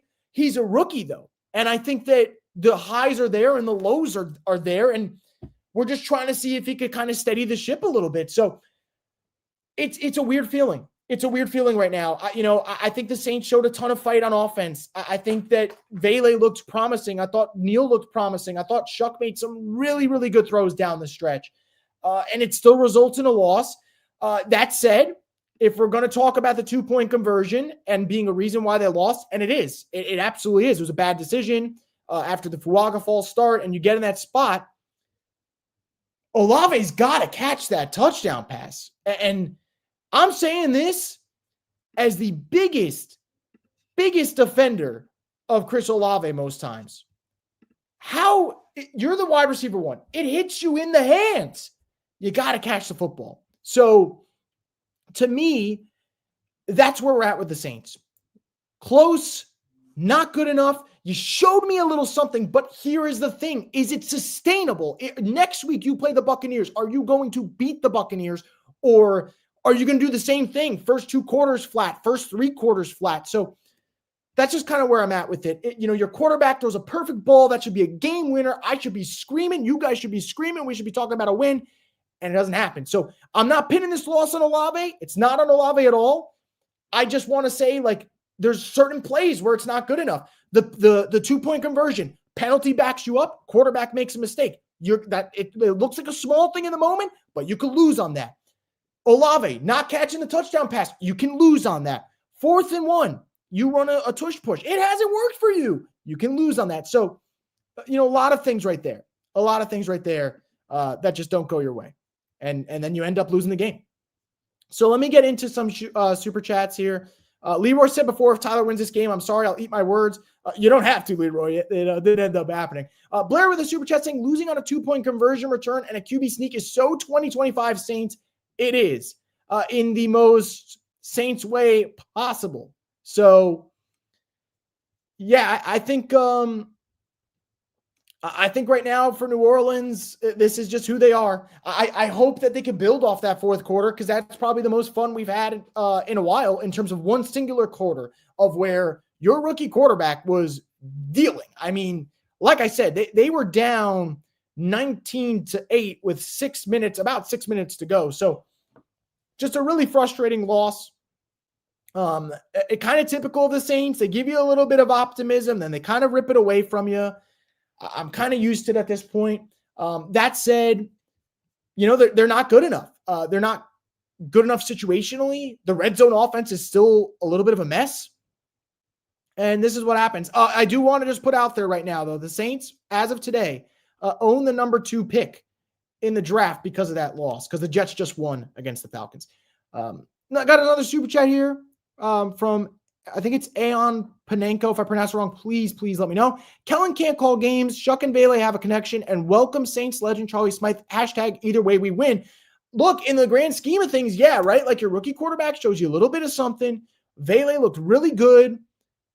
But, man, I just don't know. I think that's probably the best thing. I think that's probably the best thing for this team, is that your quarterback shows you promise, and then you just end up losing at the end. That's probably best draft-wise. As a fan, though, I hate talking about draft position every week because, man, it just feels like the whole season's lost. But I mean, the season's been lost for a while, so.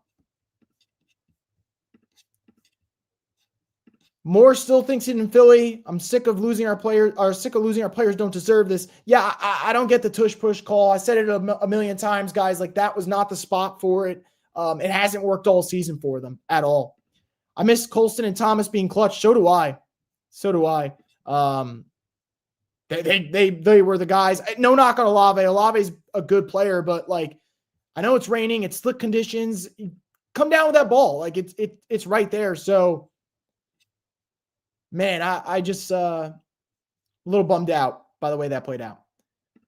Kelmore got to go. Olave, Vele need a real QB and OC. I mean, possibly. I don't know. I'm not going to walk away from that game feeling like I'm out on Shuck. If anything, I'd be more in than I am out with that second half. Horrible first half from Tyler Shuck. Horrible.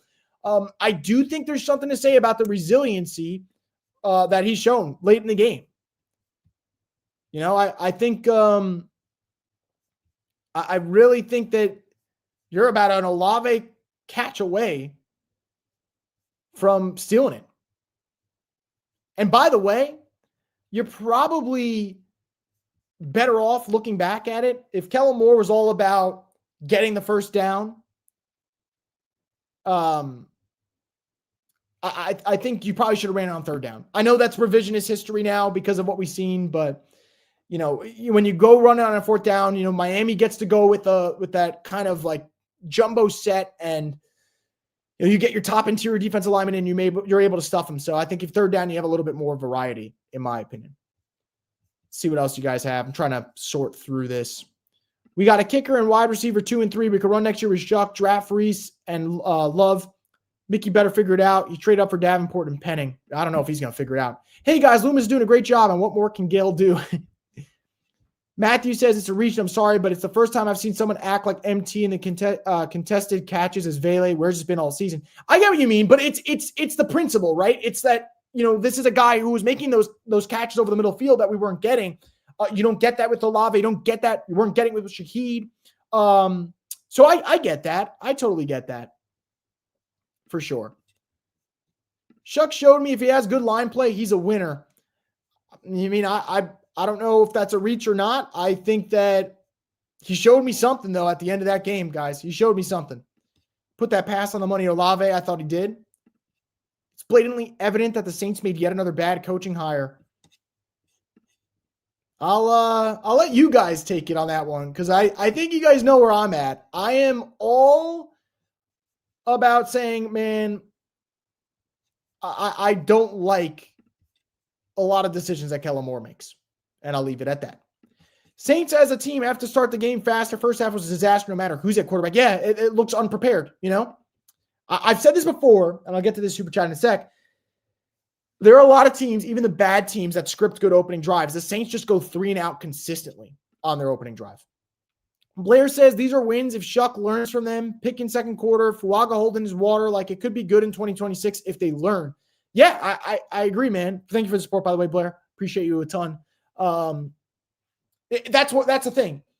Is your rookie quarterback going to learn from it? That 2-point conversion, it's tough. Like in the moment, you probably think that's game. You don't expect to get the onside kick. And then when you get the onside kick, you go, man, had you not had that happen, even if it was incomplete, a field goal wins that game. So pretty tough for the Saints. Had a chance to steal it. Don't do it. Fuaga had 2 costly penalties on that second to last drive. I think that's something worth noting. Olave wants to get paid. He should get paid. How much should he get paid is the question. And I think not making a play like that is the difference between it all. David says, I really want Arvell Reese. I agree with you. David says, if Olave would have made that catch, we would be loving Shuck. I'm going to give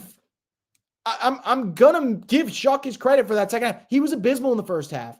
And I ripped him. We all ripped him. I think on the same hand, like for your quarterback to look that bad and they have no points in the first half. And in the second half to give you about 200 yards passing, 2 touchdowns, really should have been 3 and should have been a win. And it's not. I think I walk away more optimistic than pessimistic. And maybe that's me. Maybe I'm choosing to live in the optimism for a second, but I'm going to, at least for the quarterback, I think I am. I think he showed enough potential down the stretch. Doesn't amount to much. You're still 2-10. You're still a bad football team. You play the Bucs, the Panthers, the Jets, the Titans, and the Falcons to end the season. Shuck, show me a little bit consistency, and maybe you can win that. Did Grando disappear since Chase Young has returned? I kind of think so. I think we haven't really seen a big play from him. So that's kind of the way I evaluate it. Not gonna lie, bring Carr back. I miss seeing him throw bombs. I'm not gonna lie either. I don't miss Derek Carr. The man throws a good deep ball, though. I will give him his credit on that. We have to remember we had to drop 2 wideouts so Vele can move up the depth chart. He showed his value today. Neither Shaheed or Cooks could do that. Yeah, I think that's fair. I think that's totally fair. Kellen Moore's got nothing on Ben Johnson. Totally agree. Kubiak just did a tush push right now with his tight end instead of his quarterback and got it easily. If the Saints want to do that same play, maybe put Taysom at quarterback. That's fair. Can't call offense. Unbelievable. I'm out on Moore. 0 playmakers. Fair. I mean, I get it. You guys know me. I'm not exactly singing Kellen Moore's praises right now at all. I'm not singing his praises one bit.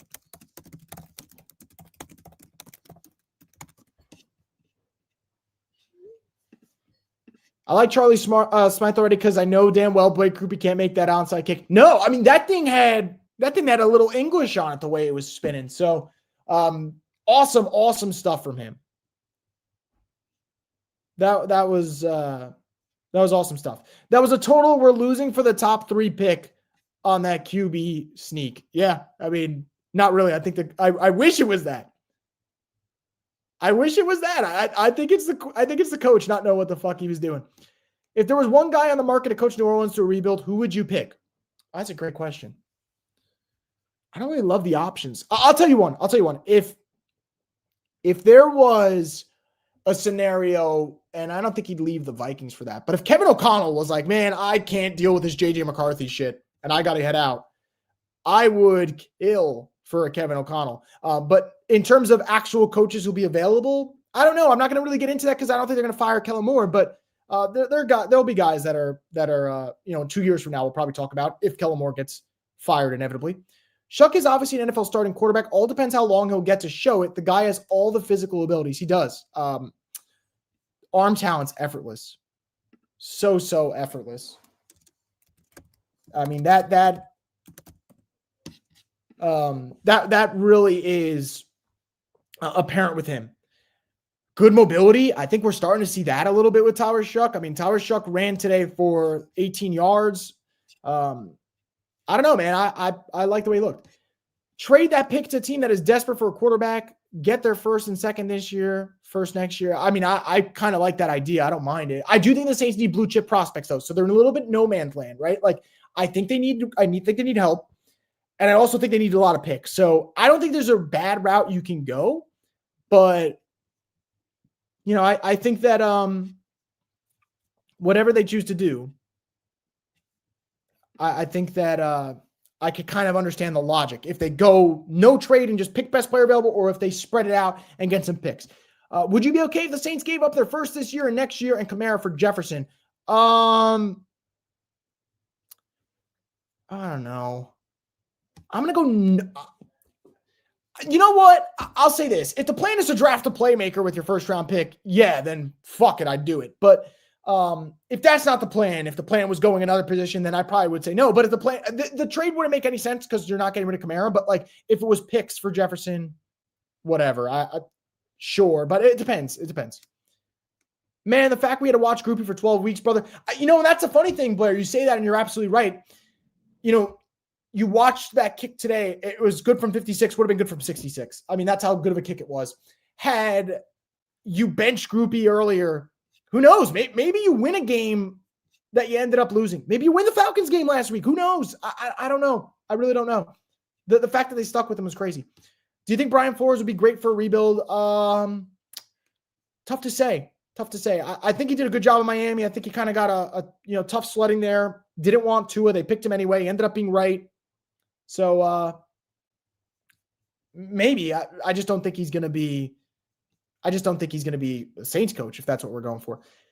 Matthew says, I like Shuck. He's tough. He's a rookie. So there's the rookie stuff, but he's resilient. He fights, and times you forget he's a rookie. Both were loving his protection calling and looked like he got it. Nero Hill could have had the 4th and 1 hands down. Shuck is too tall to be a tush pushing quarterback. He could have hit the Drew jump over. I think that's kind of fair. Do we pay Olave and let him walk? I think it all comes down to the number.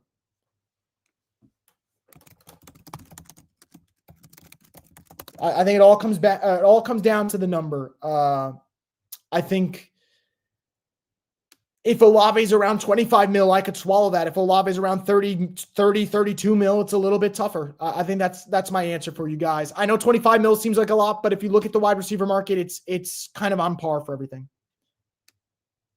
Feel that's a common denominator for the Saints. We don't take chances on younger players, have them sit in practice squad, and they either be good with someone else. Yeah, and I think that's why I'm always like, one of you guys mentioned Danny Stutzman, right? Play Danny Stutzman, play him more. I left today thinking Shuck looked good at times. Vele looked good at times. Quincy Riley looked good at times. Kool-Aid had a really good game. Stutzman made some nice plays. Devin Neal made some nice plays. I mean, the Saints had a lot of rookies today that made plays. So, I get it. It's a loss. I'm frustrated. I'm so frustrated with that. But I think that, I think there's more positive to take out. My problem is I still don't feel good about the coach. And I think that is what really, really concerns me. So maybe that changes. I think if I felt good about the coach, maybe I'd be a little bit different right now where you guys can kind of see it. I'm quite literally like fighting which side of the fence I want to be on. I think I want to be on the positive side, right? But yeah, I'm just kind of caught in no man's land, man. Gerard Mayo got fired after 1 year, so there's hope. There is, but the Gerard Mayo thing's quite interesting. Like the Patriots knew they could get, they knew that they could get Mike Vrabel, and so they did it, and they would do it a million times over, and I wouldn't blame them. I would trade Justin Reed and draft Caleb Love. You mean Caleb Downs? Caleb Love, correct me if I'm wrong. I think he was a UNC/Arizona basketball player. Man, one or two half decent drives on offense, and the rest is putrid. Might be time to start thinking about Kellen giving up play calling. Won't happen, I'm sure. Yeah, Leroy, I figured Caleb Downs. You're all good, my man. Figure that. And yeah, I would so be for Caleb Downs on the Saints.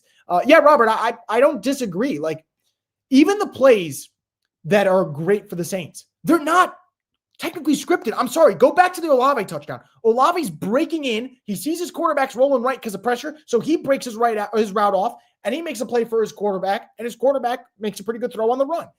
Vele, I mean, that's great footwork. That's another good throw by Shuck on the move. So a lot of what Shuck has done is out of the pocket, and to me, that is not by design on a lot of those. So I still don't feel good about the head coach.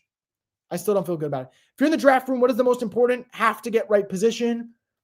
Playmaker. Just get me a playmaker. I don't care if it's wide receiver or running back or tight end. Get the Saints a playmaker. They're in dire need of one. So that's what I'm going to go with. Good plays are the ones that are broken down. Yeah, exactly, Robert. Exactly. You should do a draft party. We'll do one this year. Yeah, we'll do one. We usually do a recap of the picks, but screw it. We'll do it. We'll do a live draft party. I think that'll be a little bit more fun. We can do that for sure. Smack and Mickey ain't getting rid of Moore. No. No shot. Cook's first catch of the Bills. Hey, Brandon Cooks can do whatever he wants. I'm happy. Vele had a great game today. So if Vele didn't play well today and then Brandon Cooks have a good game with the Bills, I'd be like, all right, Saints are cursed. But Vele played great, so I'm in an okay mood about the wide receiver spot. Okay? That's just kind of where I'm at. So, well, again, we'll kind of take it all in. We'll see how it goes. But yeah, this is tough right now. I'm trying to grapple with my feelings because, 40 minutes ago, this game seemed over. Then Shuck made some crazy plays, and now it's a loss. If we have the first or second and draft an O-line, are you pissed? Yes. Yes, yes, yes, yes. I would be annoyed. I'm tired of them. Stop allocating resources to a position group that you keep failing on. Try another position. So that's just the way I view it. Seems like Shuck is still seeing ghosts in the pocket. I think he'll be better once he doesn't stutter before rolling out. I kind of agree with you. I said it today. I thought he was bailing.